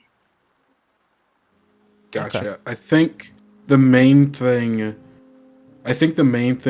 that we would do is Gather probably information. we'll just be gathering information and figuring, like, just trying to figure out our, what angles we can take on this. I don't think we'll actually decide anything. So probably for the next time when you are here, then we can lay all of those options out and then talk about, which of them seems the most useful or likely to work. We'll see. Yeah, that sounds fine. If we do get into some stuff, we'll make sure like you catch up on everything that's happened, and I will try to act on Jupiter accordingly. I don't think you can do that. I know, right? I don't think I can. So, in the future, we'll talk about more like the stuff that, like, if you guys can't make it, or if you guys gotta leave early, we'll talk about like what your character would do in certain situations. But for now, we'll just say, like, we'll I'd really continue. rather no one play my character or something like that if I'm not there, because Okay. we haven't talked about it or anything. Right. Okay. So, in the meantime, you guys all have some information. Now, I can start a clock, and just say like, okay, this is like the amount of information you'll need to like really hatch a full plan. Now, I'm not really quite sure exactly how the approach is here, because this game doesn't really support like planning the way that you guys like to plan, or like that, like role play planning. So I'm thinking like I wanted to make it like any of you guys play Hitman, the game, where like you have like just so many different ways to approach it. Yeah. The issue with that is that in the like when you're playing Hitman, like you have all these like cues and like visual and audio cues that kind of point out like, oh, this is a way you can do this. But you can't really do that in role play like this, because like all the information is I'm giving you. So I kind of want to like give you guys some of the like the information will be relevant to the approaches that you make. So the reason why I want to start with a clock is because it will let you know what information is actually relevant and what's not. So I have a clock here, right here, and this clock will represent the information. When this clock is filled out, it's pretty much letting you know that you have all the different type of approaches that you could probably take. Make sense for everybody? Yes. Okay. Yeah. Yeah, that makes sense. Also, how do I type on a post? There's a text tool that you have. It's Yeah. on the left. It's where the Bruh. square is. The third one, I think, maybe, or the second one. It's the second one. Oh, Where I see draw it, I see shape it, is. Yeah. And you can either do freehand or text. Great. So, This is just to let you guys know which information would probably be genuine or not when it comes to the information gathering. I do kind of want to give you like misdirection, but at the same time, I think that's just going to drag it on longer than necessary if I give you like false information. So instead, I'll give you false information if you roll bad, but you'll just know that it's just bullshit, pretty much, or not relevant. Got it. Okay, so So- all of you, what do you guys do? Like, you can gather some information. Who's the guy who's who's not on the post-it board? Crazy, man. You're so That's me. chaotic. I'm trying my best to write no dogs at ball. What? Really? Oh, come on. Well, okay, we're gonna figure this out. I agreed on that. Oh, that's why yours looks so good. I was like, how are they doing no. this? Now my Dude, just use the right. text tool. Why you guys... Just use the text tool. That's fine. It's taking longer to write it out. Yeah, it's Sorry. taking so... I'm ruining everything. That's No, That's you're illegible right there. I'm gonna have to Yeah, I know. delete I don't that. know. I'm trying to do it with my mouse. It's also kind of, I've got limited space. My wife brought me some dumplings. I can move my mouse like 3 inches at a time. Yum. Ooh, dumpling sounds good. Dumb. Okay, Too so- bad I'm on a diet for diabetic. Oh, I'm so sorry. Cries and Okay. diabetic. So, let's see. We need to steal the monkey's. We need to steal the monkey's paw of Zazu from the. Okay, from the mansion. Ball's at the same place as the mansion. We have the barriers of getting into the mansion or getting into the ball. We need to be able to get past security, avoid all of her armed militia that she has, and be able to find our way to, well, we need to find the direct access point into and out of whatever our escape route is going to be. Right. And Keep going, sorry. no, you're fine. I was thinking if you actually had something, please go say it. Yeah, so actually, because I do have documents, and I can use those to my advantage. So I can, if I remember correctly, I can basically not like a forgery kit, but Mm-hmm. it's something close, right? Oh, I think a collection of slim volumes, a variety of topics, including registry of nobility, city watch commanders. So Okay. documents, like a dossier of nobles, like Okay. Is that what you're trying to imply? Yeah, and so because of that, it might be easier to maybe figure out someone who let us in with them. I mean, I think that's a and I great could idea. maybe Yeah. I could maybe scounge for a few extra invitations I use. Oh, so are you That's- saying? Wait, I hear an echo. Who is this? Who's echoing? All right. So are you saying like? Is it still going? It might be me. Give me a I second. think it is. Yeah, I think so too. I don't know why. Here, let's try. So if you're implying that the documents act also like tickets or an invitation, are you looking for like a dossier or are you looking for like an invitation to the ball? Cause So I'm looking for people, who would have an have. invitation? yeah, who would have one or maybe have connections that would be able to get us some. So Nadia, I'm not even gonna have you roll or do anything for this. If you want an invitation to his ball, you can get one. Lit.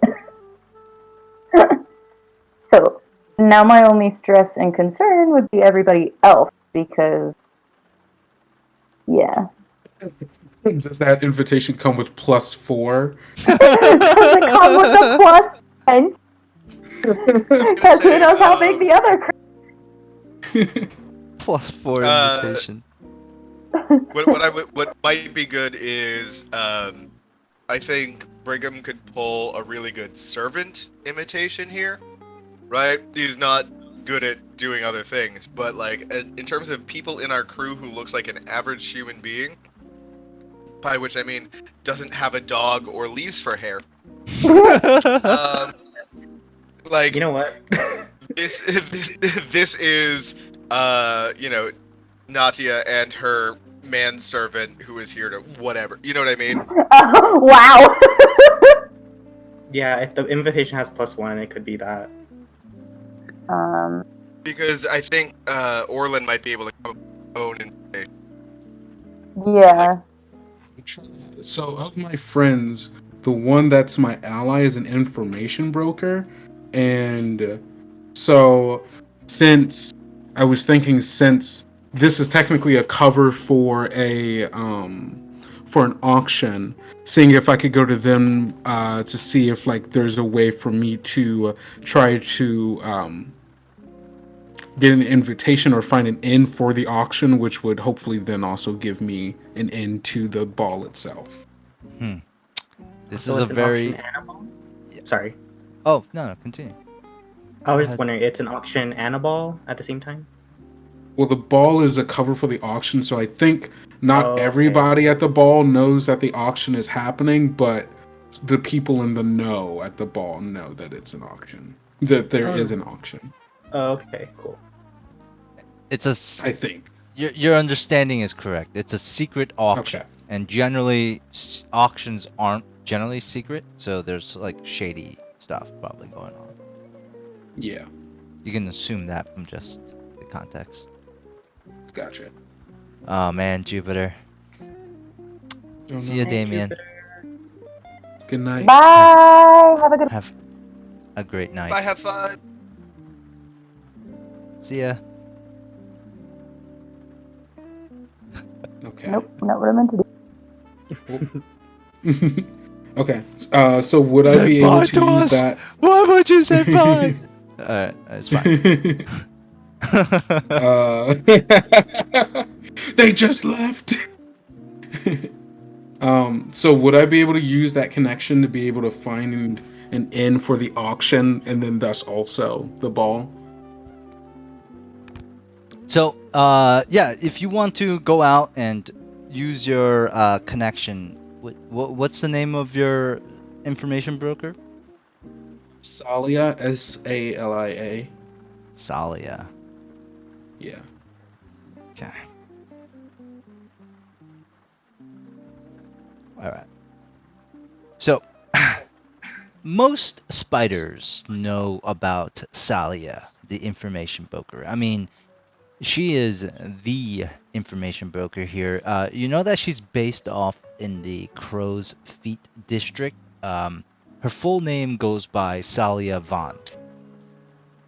And she has a almost like a Black Widow kind of look, right? Like she's not really she's not really the type to wear vibrant colors. She wears very dark colors, like almost like a widower type of look.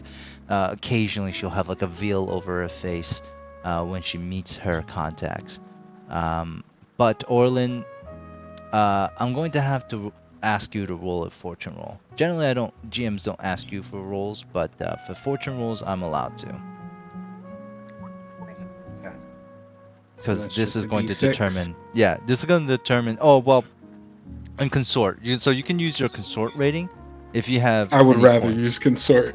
Well, I have you're 2 not points using. in consort. You're not really actually using consort. It's just using the same Okay. amount of dice as your consort was. But this is still considered a fortune roll. Gotcha. That's Okay. my gig. That veil. So I'll do 2d6 then. She look, she has that like I kill like my husbands with poison type of. She definitely does. 2 I might fours. too. You don't know me. 2 4s. Okay, that's a success with a complication. So like Salia. So what do you say when you go up to her? Like what are you looking for?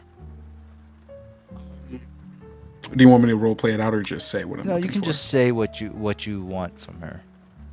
Okay, cool. I'm letting her know that I know about the secret auction that's happening, um, at the estate of Alestra, and I was wondering if she has any information about how one gets invited, or um, knows of someone who's looking to perhaps part with an invitation, or a couple. Okay. When you approach her, she smiles. She says, I do have such information. But this is expensive. What is it? I would imagine so. What is it in? What do I get from it? Well, I have coin, if that's what you're interested in, I or... am. Yes, generally money. That's how this works generally. Okay, yeah, no, I'm sorry, I didn't realize if this was like a... I mean, yes, I have money. I didn't know if you were like money or information, or like a mixture of both, which I could Come maybe now, do. Orlan. You don't know anything that I don't. Come on.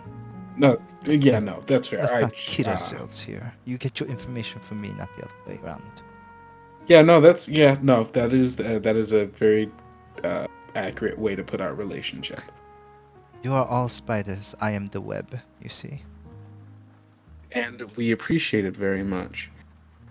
How much is this going to cost me? 2 coin.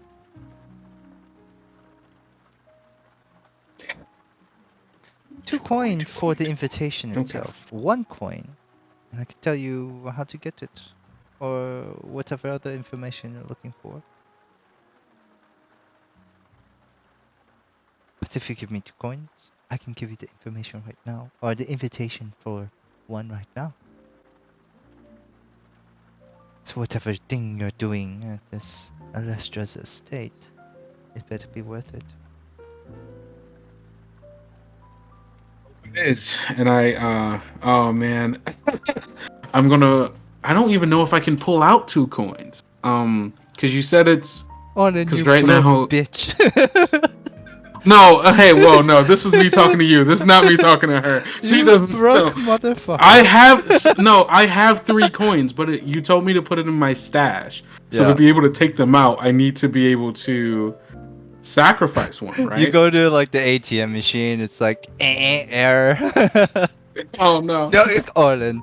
No, it's more like you're trying to take $30 out of the ATM machine, but you have to take 40.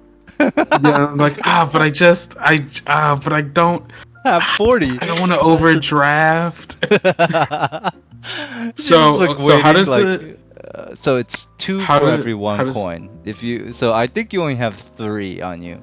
I only So have 3. you're not gonna be able to afford it unless somebody else.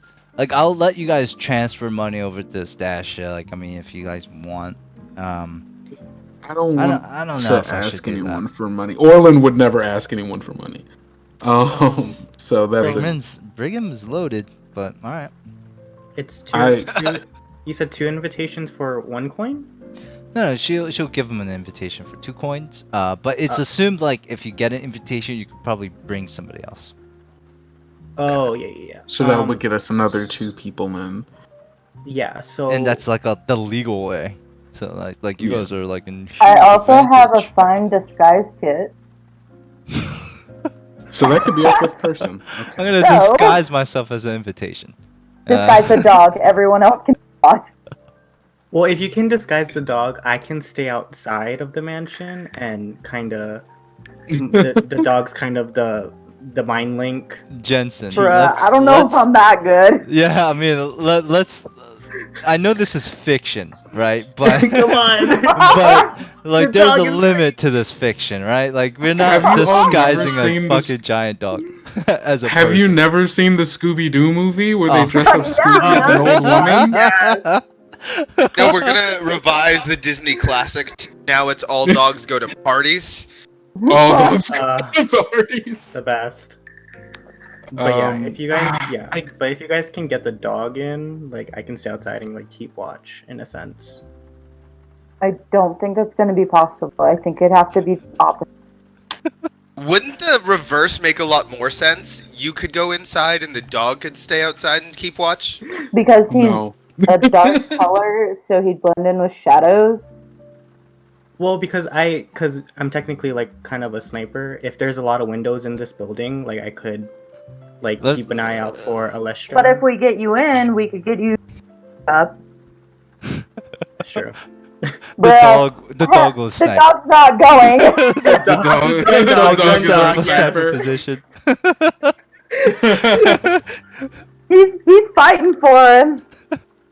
It really is. Really is. Really Sorry. is. No, you can. I mean, like, if you can find a way, like, there's tons of ways that you guys could do what you guys are trying to do. Yeah. I mean, there But must also, be if you scar can- dogs, right? Like, that's a thing. I could also, Okay. I guess, be a servant. Okay, so how are we gonna Um, manage? Sorry, go ahead.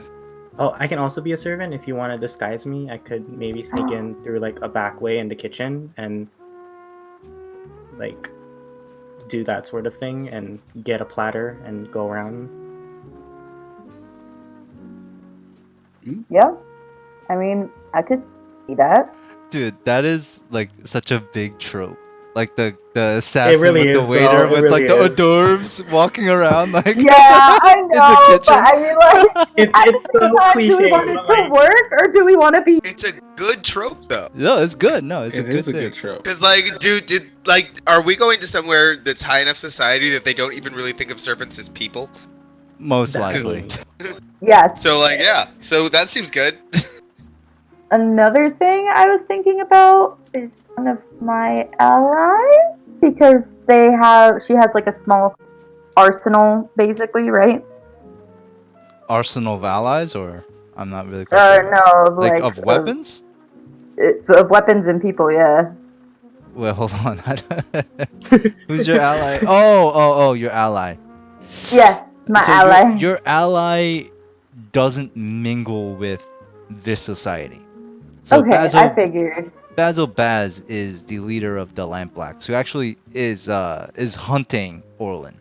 So we'll get Oh, there. never mind. Don't worry about it. We'll get there in time. It's fine. Eventually. It'll be Oh fine. For man, now, Orlan, wait. hot commodity. It's I fine. said that. You did. You were not wrong. I've never been wrong in my life, except for that Orlan thing I starts just sweating said for right some now. reason. I'm gonna spend the 1 coin. I'll take out 2 coins of my stash to get 1, and I'll pay for the information. All right. So Salia takes the coin, and she says, "They will give you. Would you like to see? Oh, well, you already rolled the fortune, so she will give you the information. Let's see. What exactly would you like to know? Like some possible approaches, or like who's going to be attending? Like what kind of information do you think would be valuable? I'll make sure like the information I get you is relevant, but I kind of want to know like what you're trying to get. Like the So guest right now, I'm just trying to figure out how to get us in. So I'm trying to find ways of either procuring an invitation, or like maybe learning about if there's like some whatever the entertainment is, to figure out if like maybe we can find an in through there. Like I'm just trying to find a way for us to get in. Okay. So you know that in this ball, Sally will tell you that she has heard that Inspector Benoit Draget. So I'll write this for you.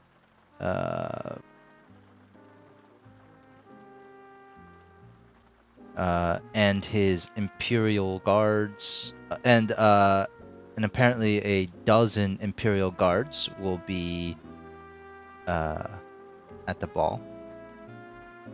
And you know that Imperial Guards wear like full armor. You can't see inside of it. Mm-hmm.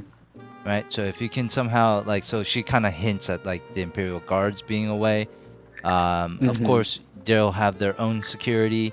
Now, there's also some underworld criminal people who are going to the ball as well. So any of the some of the like more higher up gang members or members of gang, like these really high tier gangs, will be attending. Like people, like underworld people of money.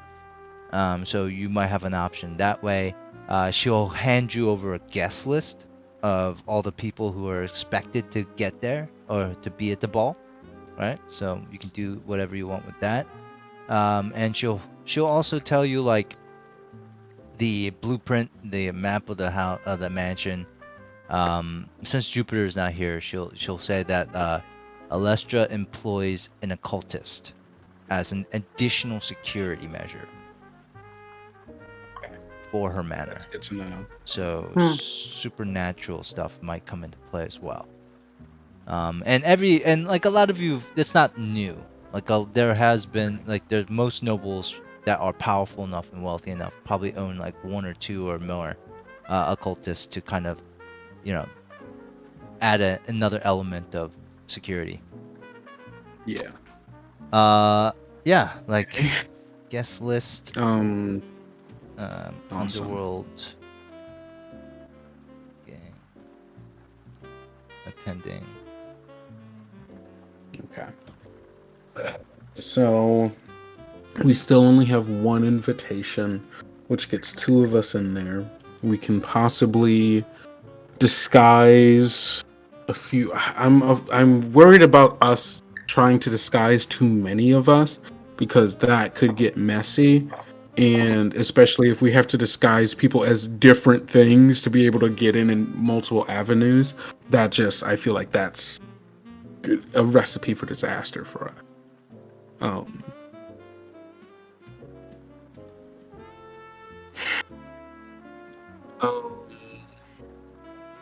Okay.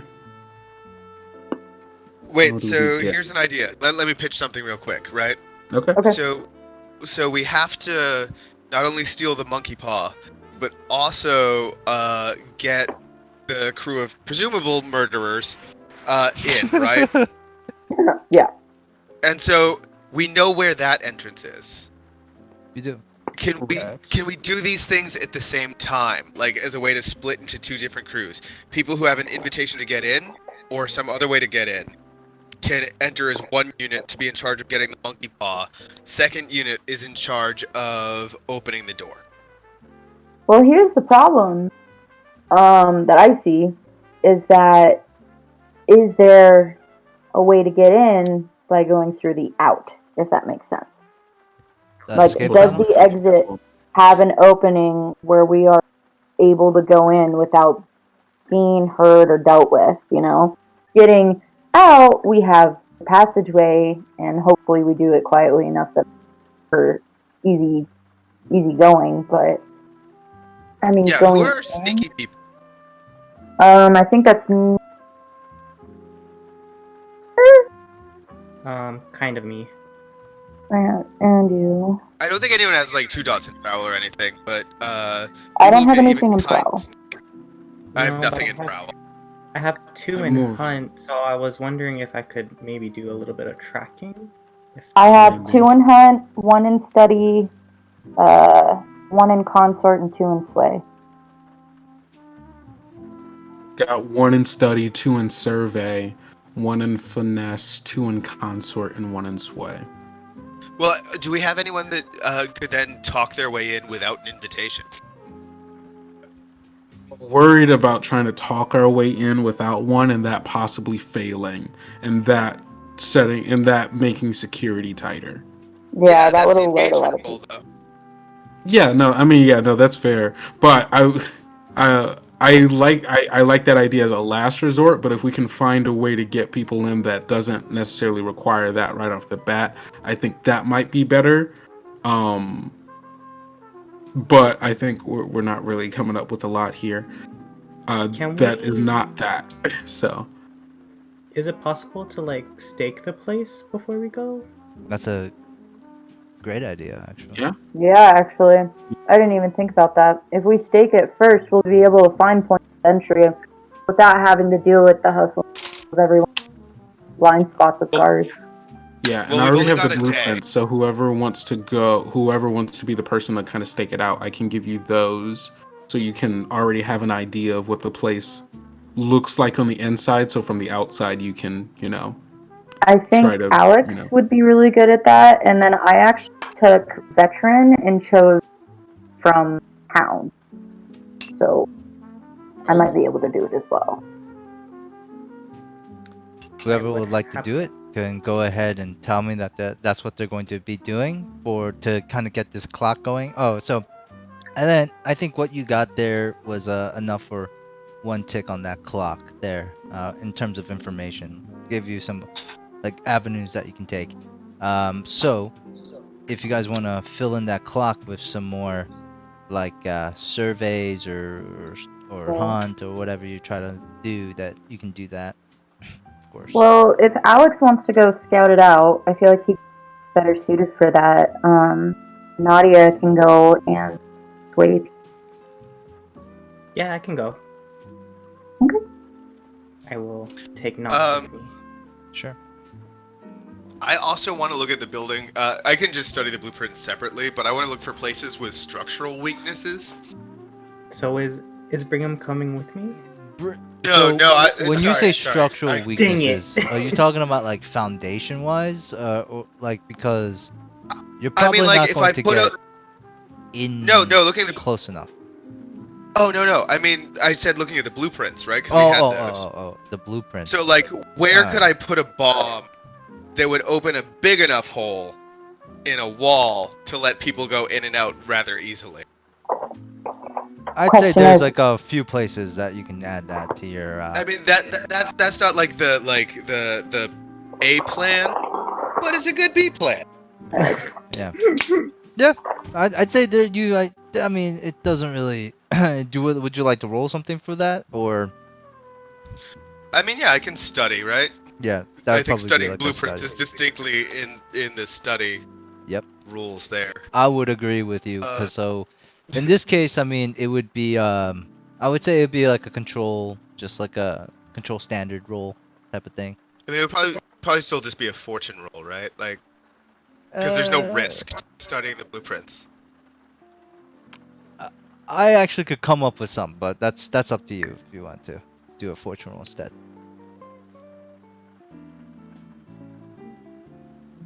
There's definitely some failure and success there, but oof. I failed. Yeah, Brigham, so you see a great amount of areas that could possibly do this. It seems like the structure, you don't really know when the blueprints were made. So looking at the blueprints, there's a fair deal of weak spots. All right. But I'll on a let meta level, Alex get... it might be like the blueprints are old and they've done some work on the manor. I'll let Alex get back to his thing. Sure. So Alex Harper, you said you want to go out and stake the manor, right? Yes. So when you go out and stake the manor, you notice the manor and how it looks. In the dark night, you could see that it's gated and it's rather extravagant. It's huge. You have the gardens behind, so you have two walled structures. One outer wall that kind of encapsulates the like the whole grounds, right? And then you have the manor, and then you have another inner wall where the gardens would be, and where a lot of the people from the balls would go and mingle when they're not in the ballroom itself. And the gardens, they're lovely. You can at certain vantage points on top of other buildings or on top of like a tree, you can definitely see like how large and grand it is.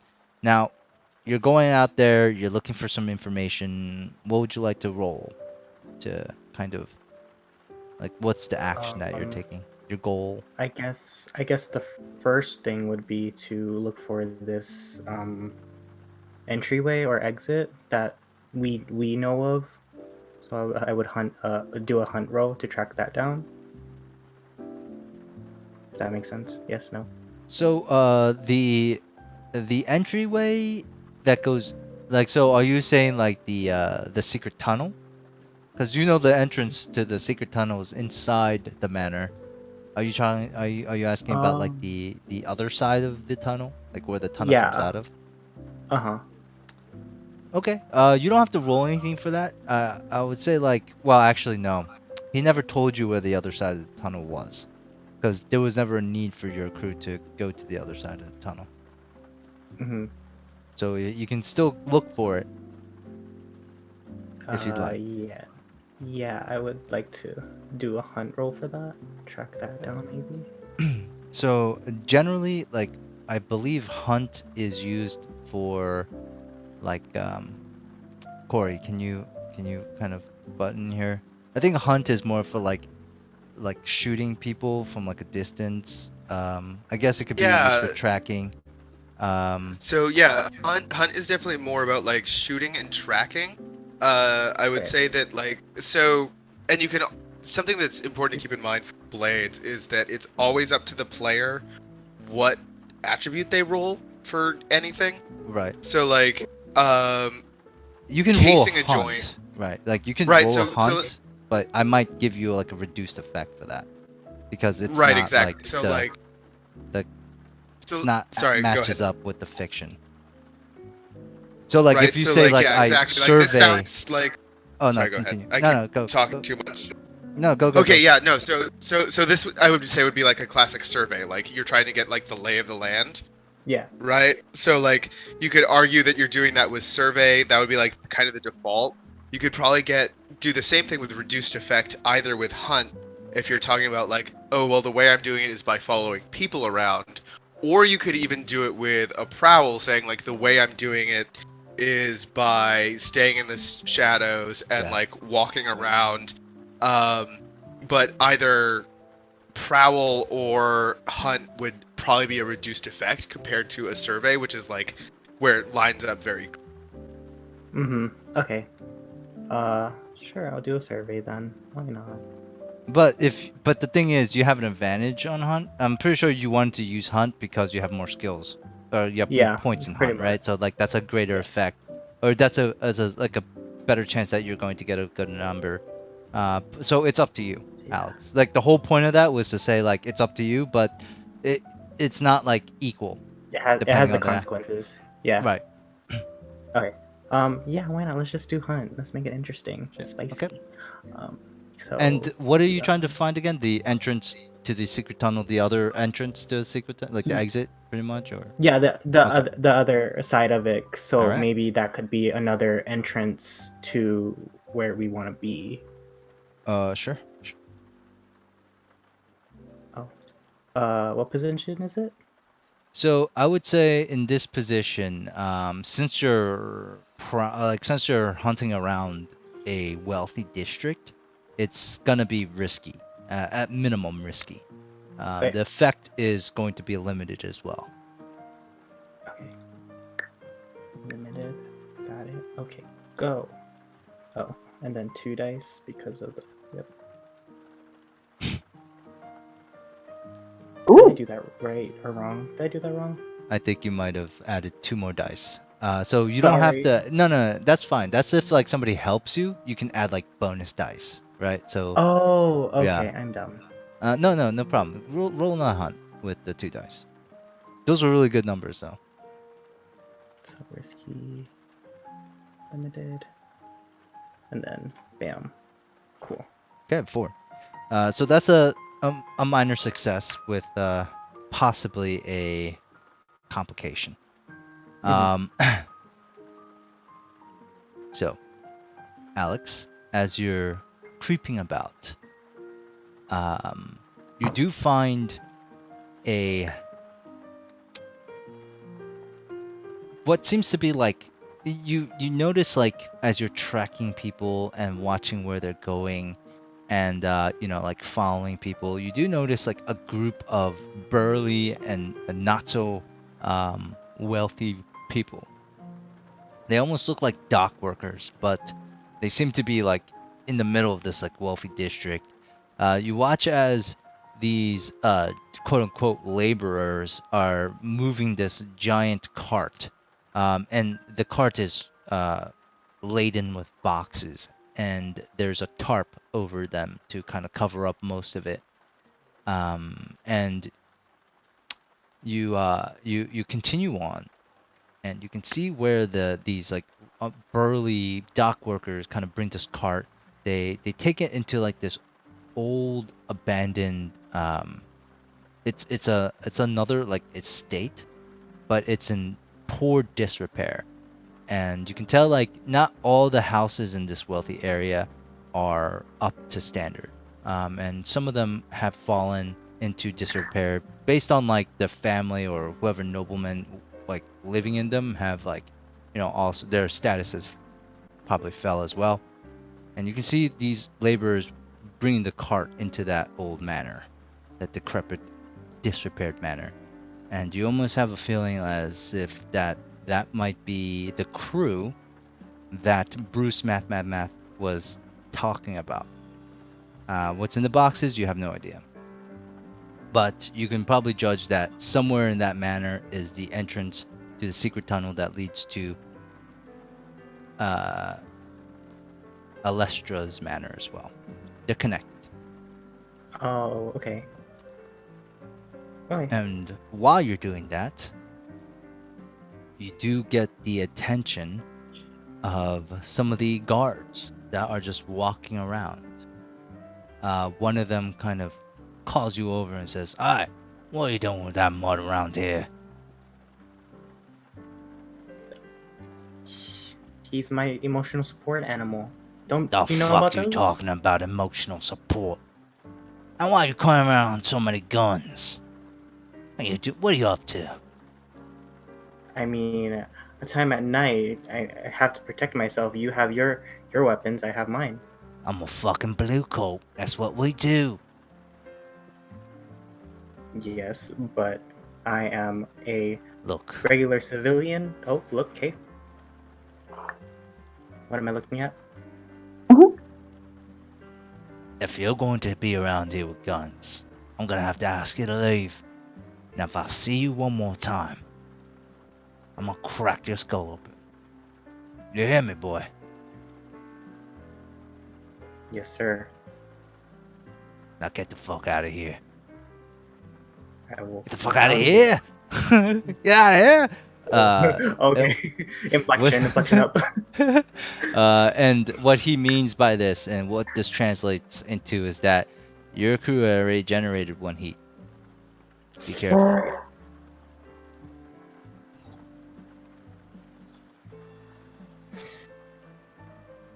I go back. I guess I'll go back now. Okay. To the secret brew.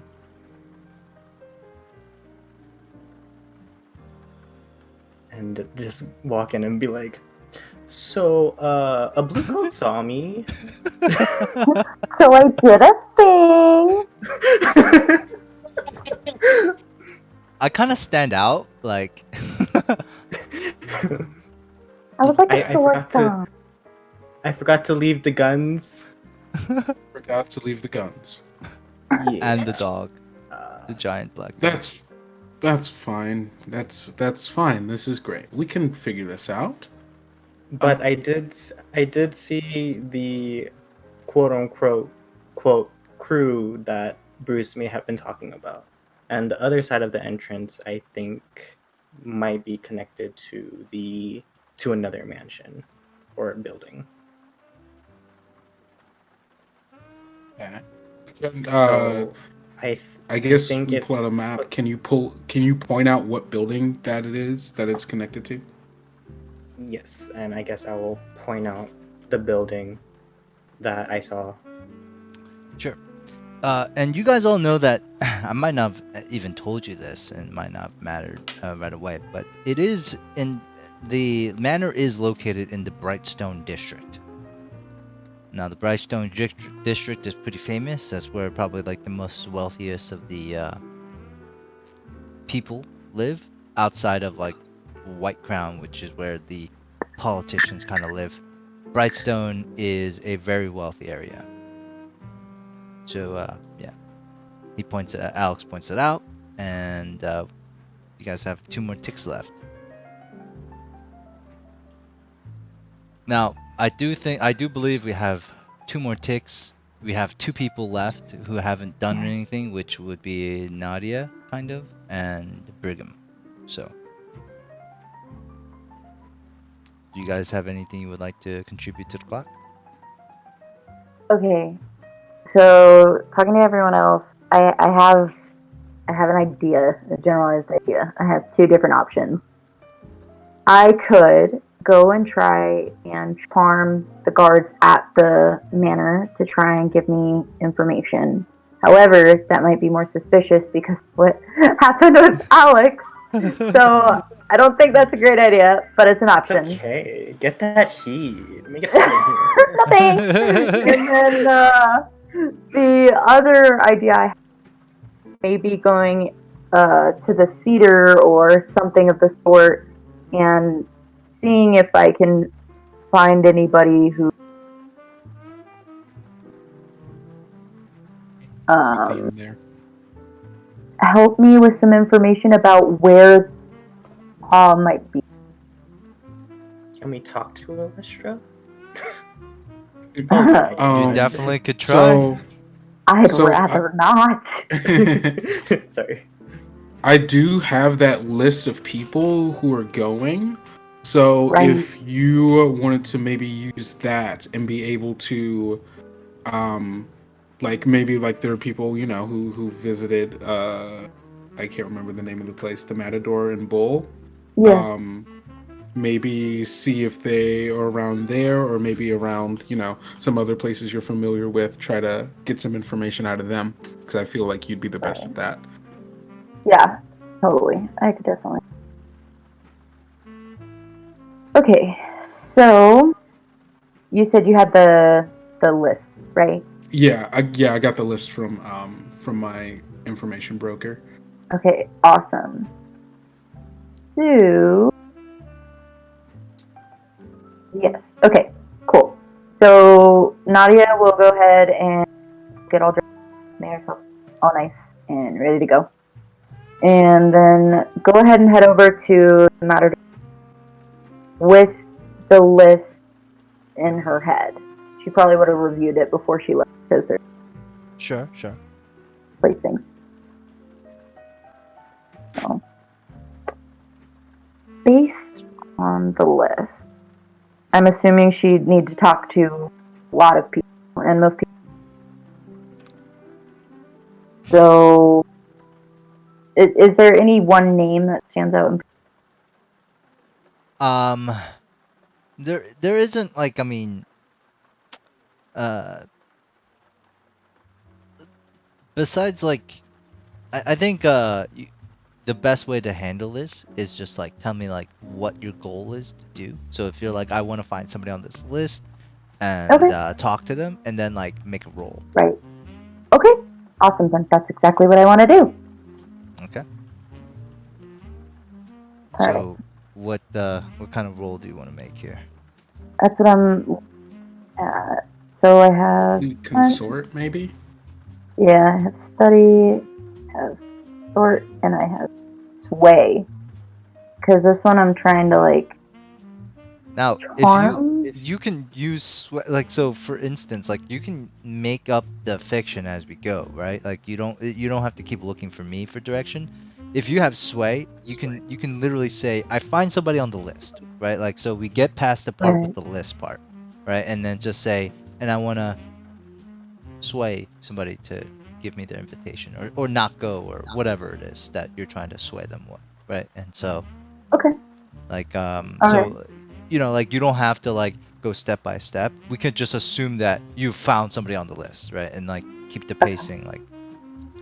Right.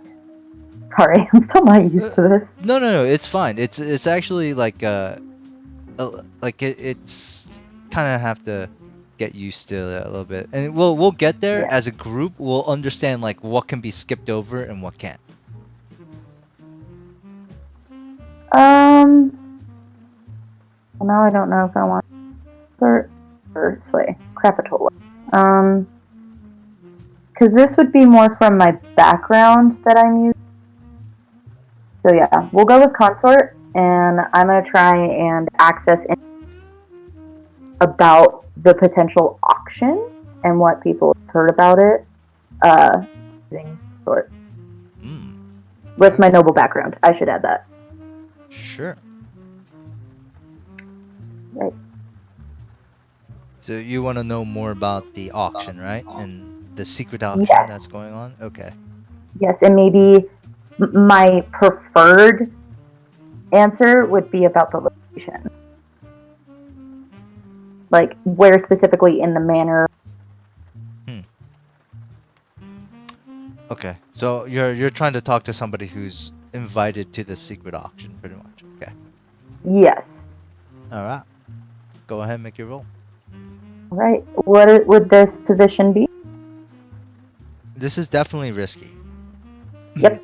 And the effect here, I would say standard. I mean, okay. You're on the same level as these people. They're not greater or below you. I'd say like it's like right there in the middle. Right. And then I don't have any bonus die, do I? Not if you. You can always stress yourself out. Add 2 stress and push yourself. I'm good. I'm gonna save that. All right. Go. Hey! Good stuff.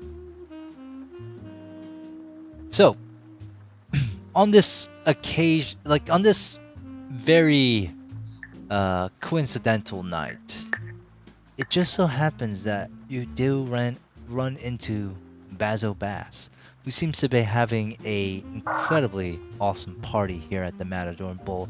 And when he sees you walk in, Nadia, he says, "Nadia, come here, have a drink." And he's like surrounded by all these people.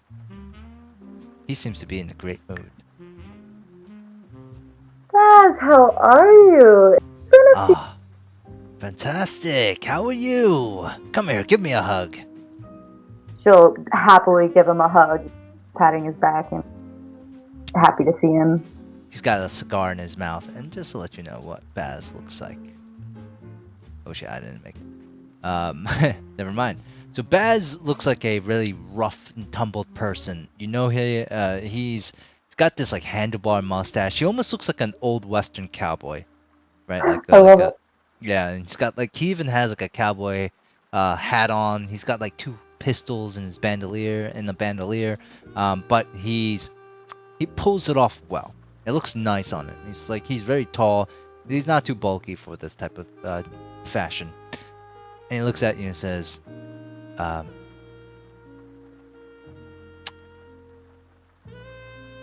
well, what do you say to him? So she'll sit there and say, I heard from a certain bird that you're going to... Ooh, I think you might have cut off there. Oh, she was just saying how she heard that he might have gotten an invitation. She's not being like overly confident about it, you know? Like... Okay. Now, who would have told you such a thing? He like kind of narrows his eyes at you, like, oh, interesting. I have my Baz, what do you question? I know, I've definitely used your services in the past. Now, let's say that little birdie is true. What then? Well, there's a specific, say, interest. A supplier of mine is wanting to get their hands on them. And I was wondering if maybe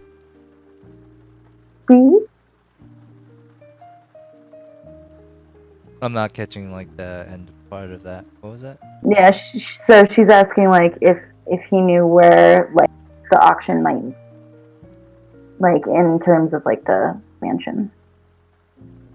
He scratches his eyebrows, looks at you and says, "Well, I didn't really say this to you, right? Of course. But, let's just say it's in a well-guarded area of the mansion, away from all the guests. Now, I've been to Alestra's manor before, and I like to say it's, she has an artifact room. It's like a goddamn museum up there, and then right below it, there's a secured little panic room. Now, if anything was to happen, this panic room just shuts down. I'm talking about electro field, some supernatural shit. You're gonna be hard pressed to get whatever your supplies wanting. At least, not when that thing's happening. Or not with Alestra there. Now, if you want me to put a bid in for you, girl, you're gonna have to show me the money up front. Because let's just say Alestra don't sell cheap. Can't say I'd expect anything less than that. As I would. However, I must speak with my supplier. This, not too, overjoyed to hear them. Understand.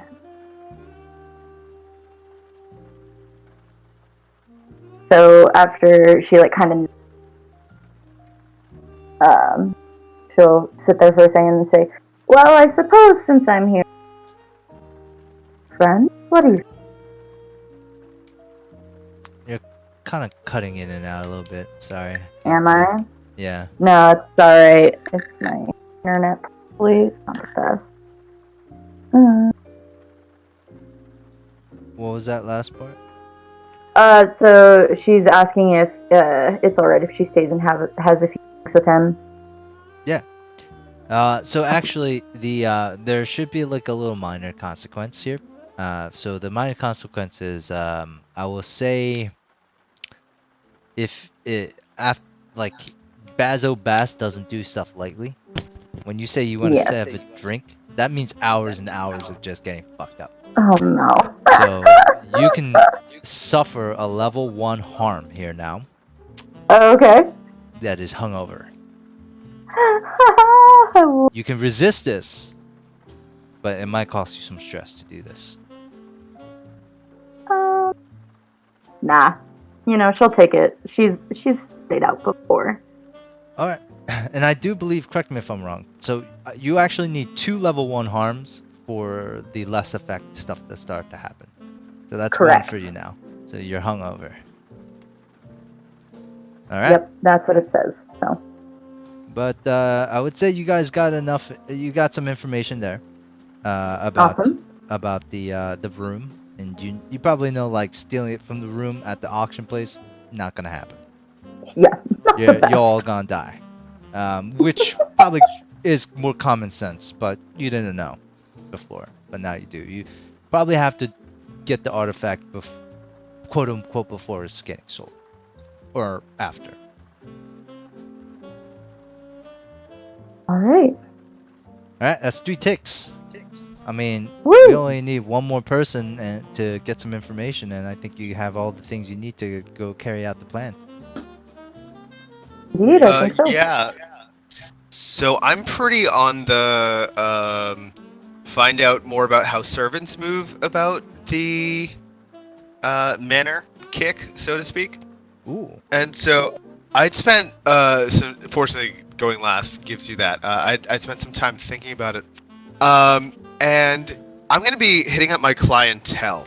Oof. So my patients.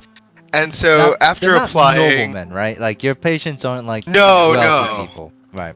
Yeah, no, they're not wealthy people. They're like that middle of the road. Class. Yeah, middle I want to class. say definitely middle class, like which I think butlers to the extremely wealthy kind of fall into. You know what I mean? There's still people that are like have to be presentable, right? Damn it! Like Corey. you don't want your butler to have 3 empty teeth. 3 missing teeth when he answers the door, right? How you so do, sir? there's this image I found of a Victorian dentist pulling out a tooth that I'm gonna drop into chat, the Discord chat, because that's way easier. I don't know how to do it on Roll20. Sure. Um, God damn. So this is my argument for why the role I'm going to make is command and not consort or sway. Okay. Right? So Okay. so it's like after having applied some trance powder, I think that's a reasonable thing for a dentist to do. Right? So for in the world of Duskfall, that's a drug. That's a glittering blue power, induces a pleasant hypnotic trance when inhaled. I imagine Sure. that's something I just do for my patients when pulling teeth. And so, like, as Brigham is, like, pushing with his foot on a guy's chest and pulling a tooth for him, he's also saying, so I heard about this auction. You know what I mean? To try and be like, so tell me about how that goes. You know, between inducing the state and his current position, to try and levy that into finding out, like I said, how servants move about the house, and what the best kind of ways of infiltrating might be as a result of that. All right. So I'm gonna set the position in effect here. I'm gonna say the position here is controlled because you're in your element. This is what fucking Brigham does, on multiple occasions. And the effect here is going to be, I say, when you have somebody's tooth in hand, and I'd say it's a great effect. So go ahead and make a roll. Awesome. I have a whole 1 dot in command. You know what? I think I'll actually even push myself on this because you want to if make I'm it good.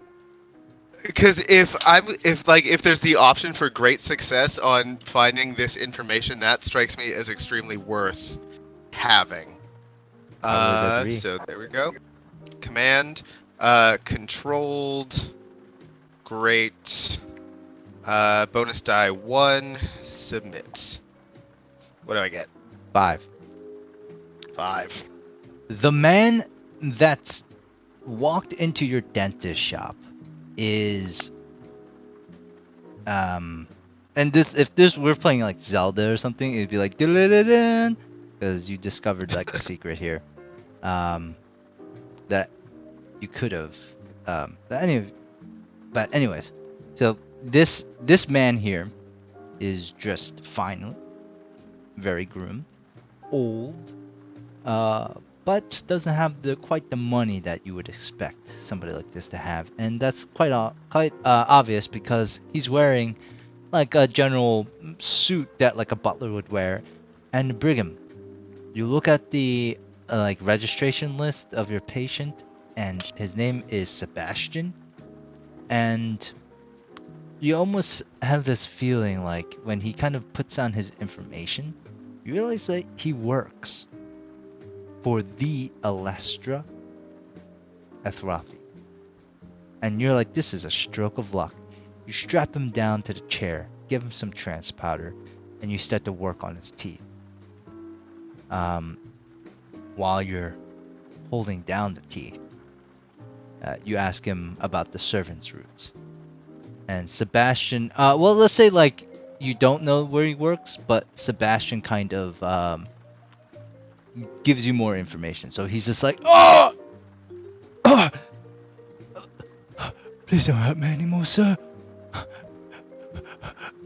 I just want to go home. What is it that you want to know? Sorry, I didn't mean to hurt you so badly, Sebastian. You know, you're a regular. I wouldn't want to do that to you. No, I was just really curious because I heard there's a great big ball, and it must be so difficult for folks like you to move about the compound. I mean, I always think, you're sort of like stagehands, aren't you? You're always making a set, but never ever want to be seen yourselves. So I was wondering how you go about that. Well, sir, there are many corridors for the servants, of course, but not me. I've never told you this, but I'm actually the head butler for Lady Alestra. Well, that's incredible. You know, I'm having difficulty, though, imagining how all these secret quarters for the servants could work. Could you draw me a map? Very, very well. And sorry, of course, let me get you some, whoops, sorry, I'm looking really quick. Some Black Lotus to take away a bit of that pain. I know it's so much getting that tooth pulled. Of course. Thank you very much. And he proceeds to draw you a map of the secret corridors of the manor. Excellent. And so go ahead. And sir, let me just say that I have outlived many of my older masters in the past. And I've done so with shrewdness, you'd say. One can often sense when someone is at their end. So it makes it easier for me to, let's say, jump ship. If it's worth my while, I guess. So, Brigham pulls a number of gold teeth out of a drawer. Motherfucker. Gold teeth. And says, "Now, I know you don't need these yet, but let's just say," and he kind of drops them one at a time from one hand to another, like an open palm, kind of like, coin, but gold teeth. And says, "I'll tell you what. When I need something tomorrow night, you'll know. Is this enough?" And you're presenting him a coin, right? From your stash? Yeah, a Okay. coin. No, I get the flavor though. That's great. He takes it. Smiles. One of his tooth missing from his smile. And he says, I'll immediately install one of those after. oh, okay. He's just like toothless smile. He's like, "You got yourself a deal, sir.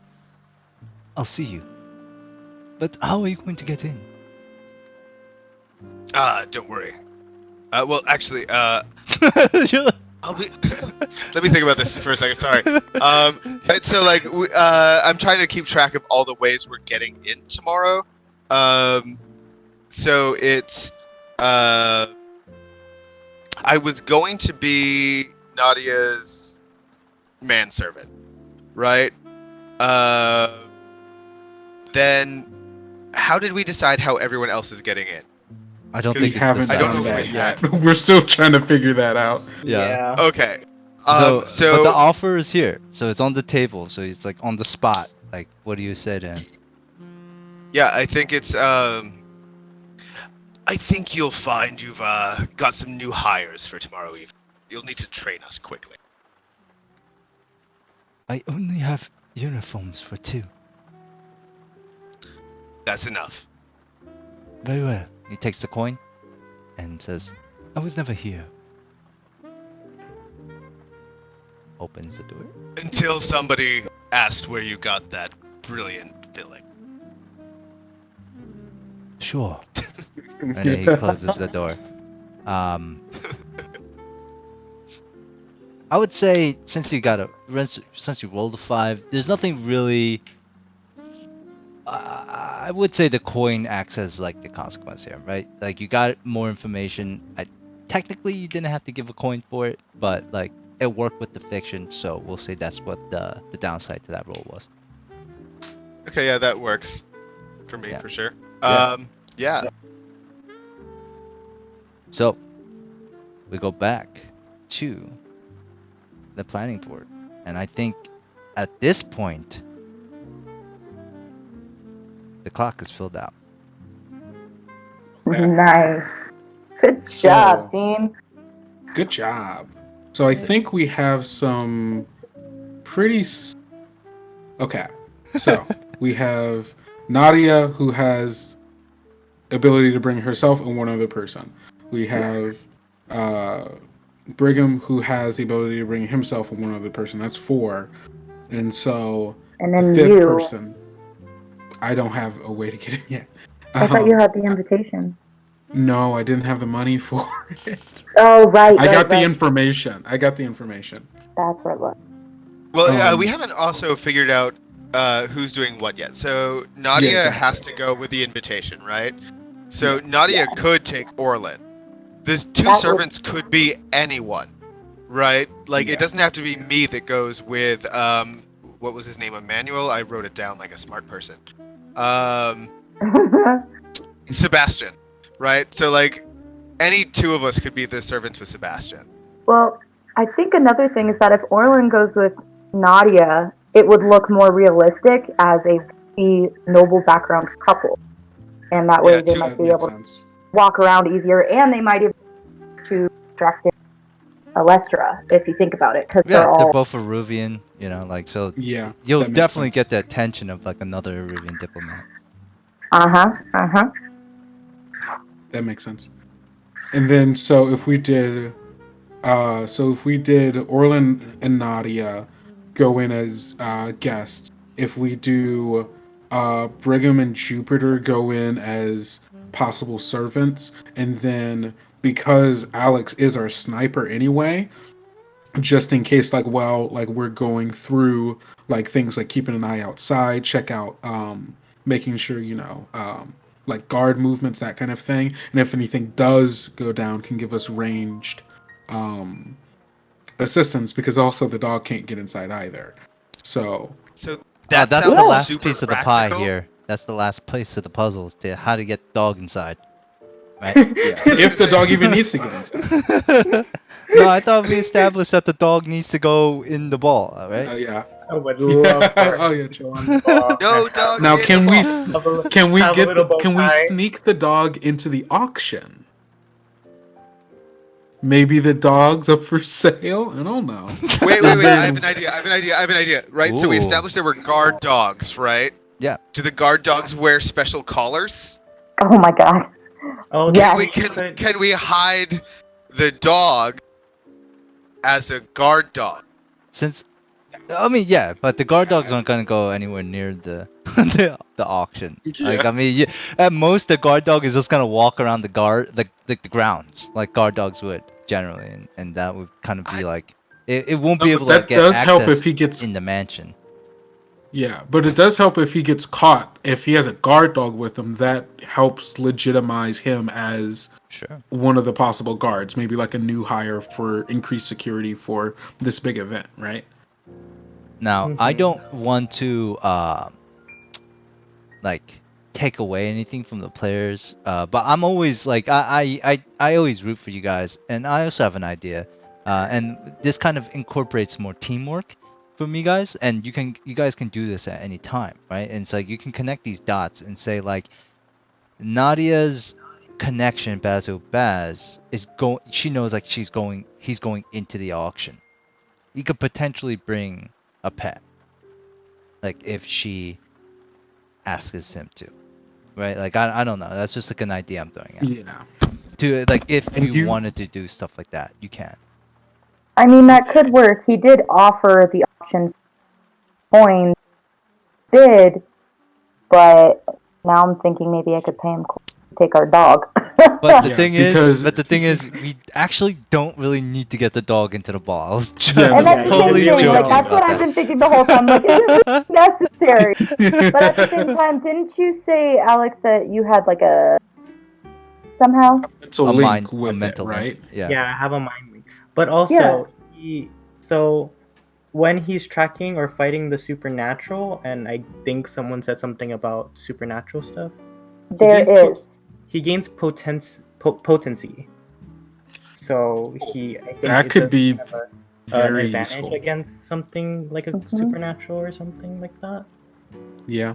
Mm. That could And be they did useful. say that was at the auction area if it panicked and shut down. Oh. So What- like it was that and electrodes. What if we just make the plan to be for Jupiter and I as servants to let the people in the back door, including Alex? Yeah, You know what? That might be the easier. crew still. Yeah, the crew is still coming in, like that other crew. Yeah, just let everybody in at once. There are servants doing that. We're good.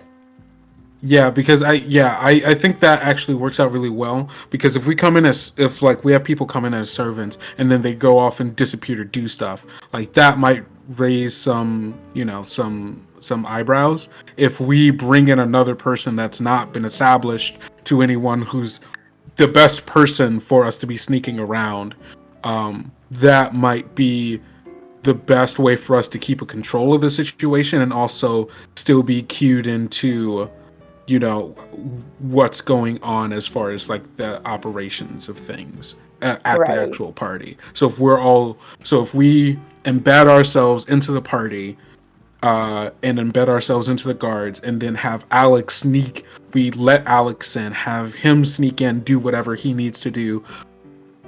We don't go missing. We don't like really catch any like eyes, and we can also keep in contact.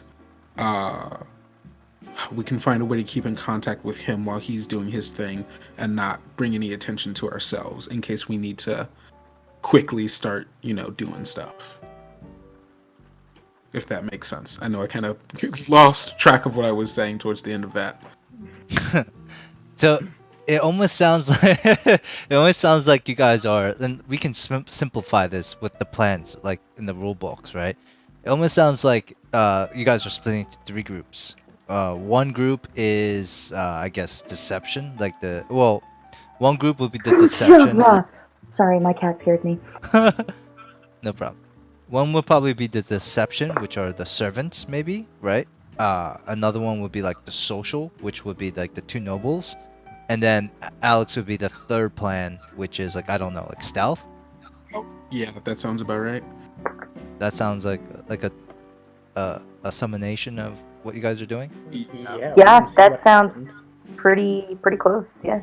So Would you agree, if, Corey, with the I don't know, the servants? Is that disguise or is that deception? I'm assuming, right? I would probably count that. Yeah, as I'd assume that's deception. 100%. Like, I don't know what else it would be. Like, it's not social. well, social. Like, would be we're the not nobles. trying to Yeah. talk our ways in, right? Like, we're not pretending, or we're not, like, chatting people up. We're just showing up for work under a guy who agreed he just had 2 new hires. Yeah. You know what I mean? So. We're not talking our way in. It's like, okay, yep, these are the new guys. Alright, so I'm going to add in, we'll say Orlan and Nadia is social. Social. And then Yep. we'll have Jupiter and Brigham deception. Because you guys have to act like servants. That makes sense. Like, Yeah. oh, that's gonna be the best. Because like I think Brigham and Jupiter are like not the most deceptive type of people. You guys know I like think that's it's also beneficial because Jupiter was showing like disdain for the ball, so now she doesn't, or they don't have to deal with dressing up and being That's true. uncomfortable. This might That's actually be a better situation for them. Though I am now sad that scene is not happening. it's not to actually do it. Wear it to the ball. Yeah, so Nadia and Orlan are really gonna have to carry that sweet sartorial choice scene. I posted what Orlan's wearing. Hell yeah, Photoshop his face onto that. And Oh, Alex, yeah. Alex and Nox, right? Because you're bringing Nox now. Is that what's happening? Is you guys are I guess stealth? so. We're bringing Nox. Alex and I Nox. fought for him, and I'm getting him. I'm happy. I hope you guys. love it. I hope you guys are ready for this, because that means that Alex and Nox would be stealth, because they just probably can't be seen. Some random dude Oh, with his dog can't be seen in this ball. But yeah, thank God, like definitely, the because mansion is. the blue coat Yeah. saw me already, so that So- would probably Yeah. be bad. Just so we're clear on exactly what we're all doing. So is Nadia and I's job to blend into the party and then kind of suss out where things are that we're looking for, and then once we figure that out, we signal you guys to let Alex in so Alex can actually make the steal. Is that the plan? So the thing with this information that I got was Baz said that it wouldn't be able to happen without Electra being escorted away somewhere, so she wouldn't be so paranoid about it. I think, and so if what I heard is correct, so I think it would be best if we pulled her away as far as possible and try to distract her with the connections, and then we could maybe signal to Brigham and Jupiter, like somehow by ordering That- something. I don't know. Find a way to signal So, for them to be like, the- okay, she's distracted. The main Bring thing you them should out. take away from what Baz told you was that you're not going to be able to steal the artifact during the actual auction. It would have to be it'd have to be before before in or like this after. right. It's like in this. It's like held in this artifact room that kind of Right. is open to anybody as like a museum, and then they'll Okay. bring the artifacts down to the auction room to sell them out. That doesn't go to say like this museum, like this artifact room, doesn't have its own security too. Like they just can't have people. Yeah, breaking he said it was heavily guarded no matter what. Right. And then, you would have to steal it afterwards. After it got sold, you'd probably have to take it off of whoever bought it. Yes. And I personally, just my opinion, I feel like afterwards would be better because you have a better chance at snagging it during transport. Okay. So yeah, we kind of understand like the social part of it. The deception part, it's pretty straightforward. You guys are sneaking in, and Jupiter and Brigham are gonna be doing whatever needs to be done, right? And maybe even acting as like a relay between the Orlan and Nadia and Alex and Nox, maybe. Yeah. And then Yeah, Alex. I think that works. And I don't know really what Alex and Nox are sneaking in for. Are they the ones stealing the artifact? Like, how does that work? Yeah, I think they're dogs because Maybe, well, Maybe because if there is maybe magical I'll- defenses, Maybe I'll then- just wait outside, because if we're gonna steal it in transport, Yep. That's what I was thinking, is that they can be lookouts for us while Okay. whoever is best at theft can go in. I think, if I remember correctly, Jupiter is pretty good Yeah. at theft. yeah, There Jupiter is is no our magic theft- person. theft Well, thing, like- theft. like- but Like I think stealth. Jupiter's pretty good at stabbing, actually. yeah, it seems like They finesse. say. Finesse or prow is probably the like stealing thing actions, right? Like Yeah. prow is more like stealth, and finesse is probably like sleight of hand in terms of like D&D. Right. Okay. So it'll probably be finesse, or it could be brute strength. Like you guys can just take it from the dude or whatever, or however you guys want to do If it. you need somebody to roll wreck, I am there. I want to destroy. So, okay, so based on that information, finesse or whatever the other one was, Prowl. probably, yeah. I do not have that. I am better at distracting. A single point of finesse. I And have then a single everything point of else is- skirmish. Everything else I have is just being able to suss out a situation and like people, and then Right. be like, oh, I know this person. Right. So, I'm wondering if Alex and Jupiter might be able to just, I don't know, partner up in some way. Well, yeah, I have I have 1 point in all of those, the finesse, Yeah. skirmish, and so I think if And anything, then I can just distract them with Nox. Nox will be cute, and I'll be all like, just maybe try and grab it. I don't know. We'll see. and then Brigham, you said wrecking is your fun time. Oh yeah, no, yeah, I'm good at wrecking things. Yeah. So Just like real if- life. Yeah, if the first plan doesn't work, go man, go. Yeah. I mean, wonder- also making a lot of distractions are good as things I can do. Yeah. Poisoning people, good at that.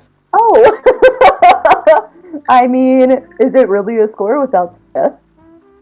All I'm saying is the bandolier a leech has is nutso. You can do anything with that. Yeah. So Alright. I guess we're still kind of at a loss, but yeah. I mean, I think like this is where well, first of all, this is probably where we'll end it for tonight. Thank you guys all for playing. And Oh, thank you. Yeah, second thanks. of all, This is fun. I do believe that this is where the flashback mechanics and the engagement rules kind of come in, where you don't have to plan for every particular detail to plan. Really, we just wanted to find what your approaches would be, right? Right. You really can't predetermine what's going to happen once you are in that approach. But what the whole point of like the flashbacks are is that if when I when and because there is going to be complications and obstacles in your way, obviously it's not going to be a cakewalk. You have the flashback mechanic to say, wait, we actually prepared for that in advance. So whatever is happening does happen, but it can happen on your terms now, right? So if that makes sense, I mean, it's more of like a backup plan when stuff starts to go wrong, or if you just didn't know something was going to happen, that could be used to kind of overcome that obstacles too. So I think what you guys have right now, like that whole fact of like, Orlan and Nadia is social, Brigham, Jupiter, deception, Alex and Nox stealth is perfectly fine. We can go from there next session. Awesome. I would Sweet. have. What was that? Oh, never mind. So I would have actually kind of sped that up a little bit, the whole planning stuff. I would have probably sped that up a little bit, but the fact that we lost Damien like pretty early on, Yeah. that's why I allowed it to kind of go on a little bit longer. Because like if they were here, then I would have probably had the pace pick up a little bit, and you guys would probably already been at the score by now. Okay. Just to Interesting. give you Okay. like an example of like how the pacing will go on. Like, I mean, it's fine if you guys want to, plan it, but I think you guys could talk about planning it for hours, and still won't go the way you want it to go. Oh, 100%. Yeah, for sure. You know what I'm saying? Worlds Like, will always throw you off. yeah, Oh, like yeah. you can never, you can always plan for failure. That's all you can really do. But I think like this is like you guys are at like an awesome position. You still have some wild cards, like you still don't know exactly like how you're going to pull it off. But I think all the pieces are in place for you guys to pull it off, if that makes sense. No, I Yeah. totally agree. Yeah, I think we have a solid idea of how we're moving forward once it starts going. Yeah, And everything else will be improv. We'll figure it out. I Yeah, think that's the whole point. yeah. And since it's like our first time playing, like I feel like this is actually like it's going to get like a lot tighter too. But in general, like I think it was great. I think you did fantastic. Yeah, that Going, was super fun. Right. hopefully I'm you guys excited. We had a great time. don't like Yes. Corey. No, I Don't lie to me. I'm the worst liar, so don't worry, you'll always be able to call me out if I do. But I can't wait to do more like group scenes and have us all together, and like really play. Yeah, but no, I had a great time. That's great. Yes. I mean, you Thank you so got much, Cal. yeah, dude, guys. Like, I hope you're ready. I hope everybody can make it next week because it's gonna like the shit's gonna like everything you guys just did up until now. We'll see how it plays out, and like that's like the most fun part, in my opinion. It's gonna go perfect. Nothing will go Yeah. wrong. Hit. We will roll nothing but sixes all night long. Nothing but sixes. You know Sixes that's and not gonna fives, happen. Like, anything to give us them successes. Yeah, remember when I said I was a bad liar? look, I will have like an open bet that like within the first like 15 minutes, she's gonna just start fucking up. Yeah. like you guys are entering into the ball and then shit just like goes out all like horribly wrong. It hits the fan. Like they just see the dog right away and they're just like the whole mansion's like, we're looking for this dog. It just ran in here. Also, that's kind of a good distraction, right?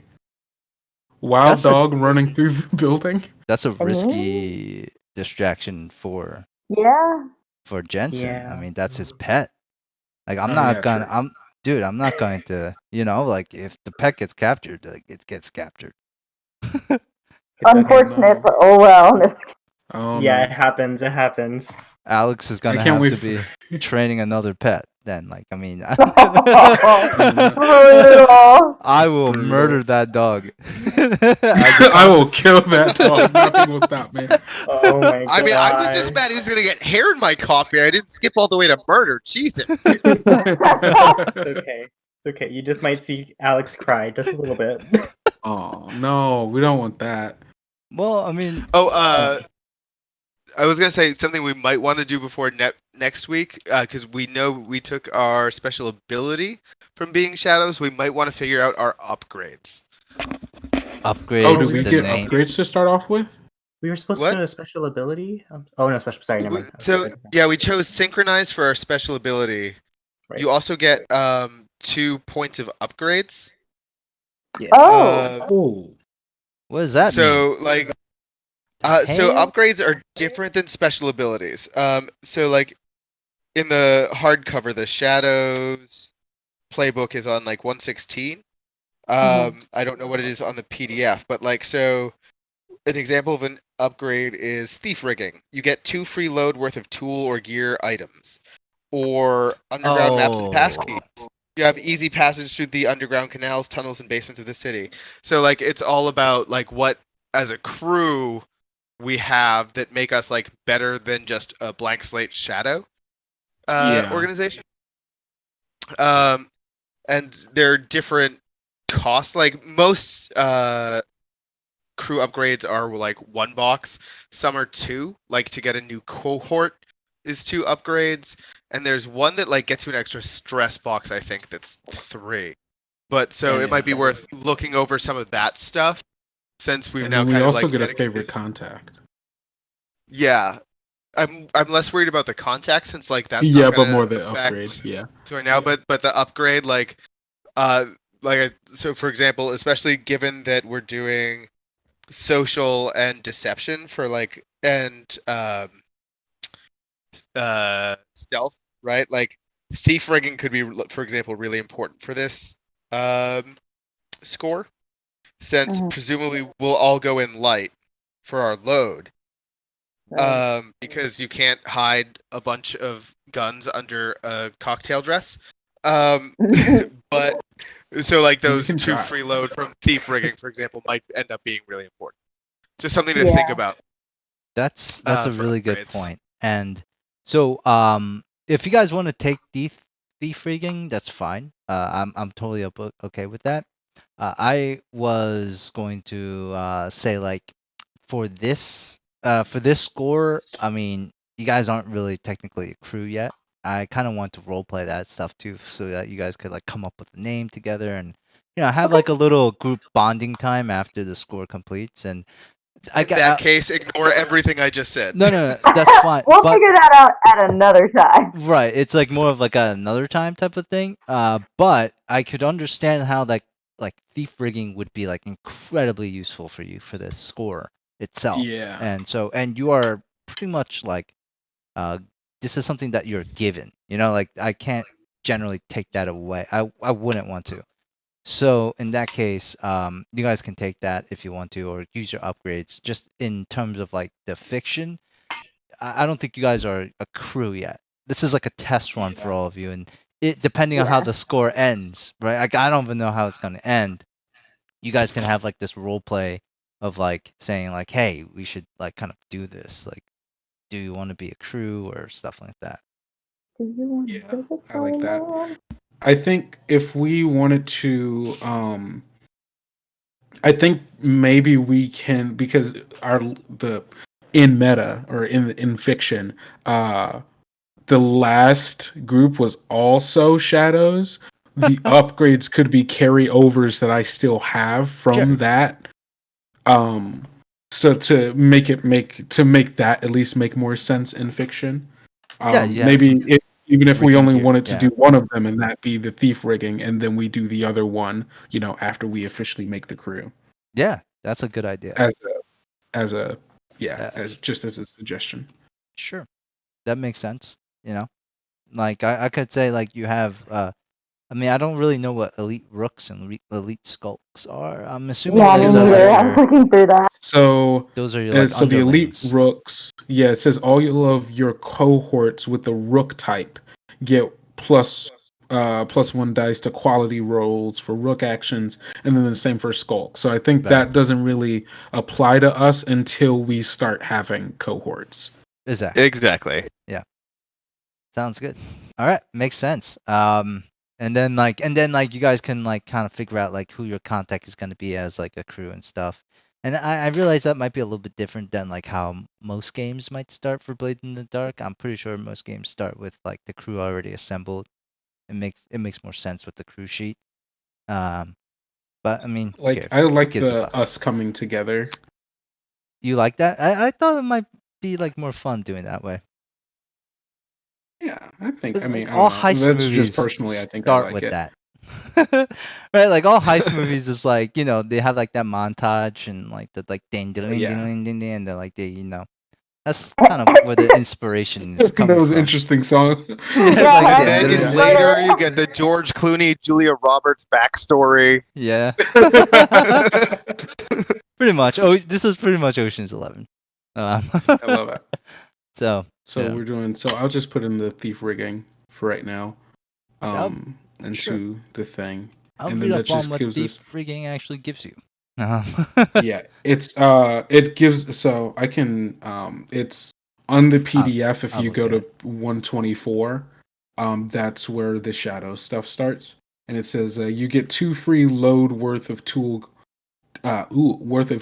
or gear items. For example, you could carry burglar gear. Oh my god, my words aren't coming out. You could carry burglary gear and tinkering tools for 0 load, because both of those count for 1 load. So we essentially get 2 free items that don't count against us. Oh, that's gonna be so worth it for you guys. That's a really good Oh call. yeah, That's gonna be so yeah, good. that's really In good. this case, you guys fucking need as much stuff as you can get. Because what Oh, Corey's saying is absolutely. right. Like you're gonna have to literally the besides Alex, I guess, who can maybe pull off normal since he's just stuffing in there anyways. Most of you guys have to Light. probably go in like Light. yeah, Yeah. because like can't have like a fucking samurai sword sticking out of your back. that's like It'd be in a the little weird if ballroom. we showed up in I mean, plate we armor. could try, but Yeah, it's just decorative. It's part of my clothing. So edgy. All right, Like, guys. oh, you're supposed to I be. do need to bounce Yeah. because it is yeah. late and my wife and I work. But had a great time. Really looking forward to playing with all of you next week, and I'm sure I'll Yeah. catch up with you on Discord. Yeah. Yeah, See ya, sounds man. great. Yes, 100%. Wow. What's Peace, guys. see ya. See ya. Yeah. And on that Bye. note,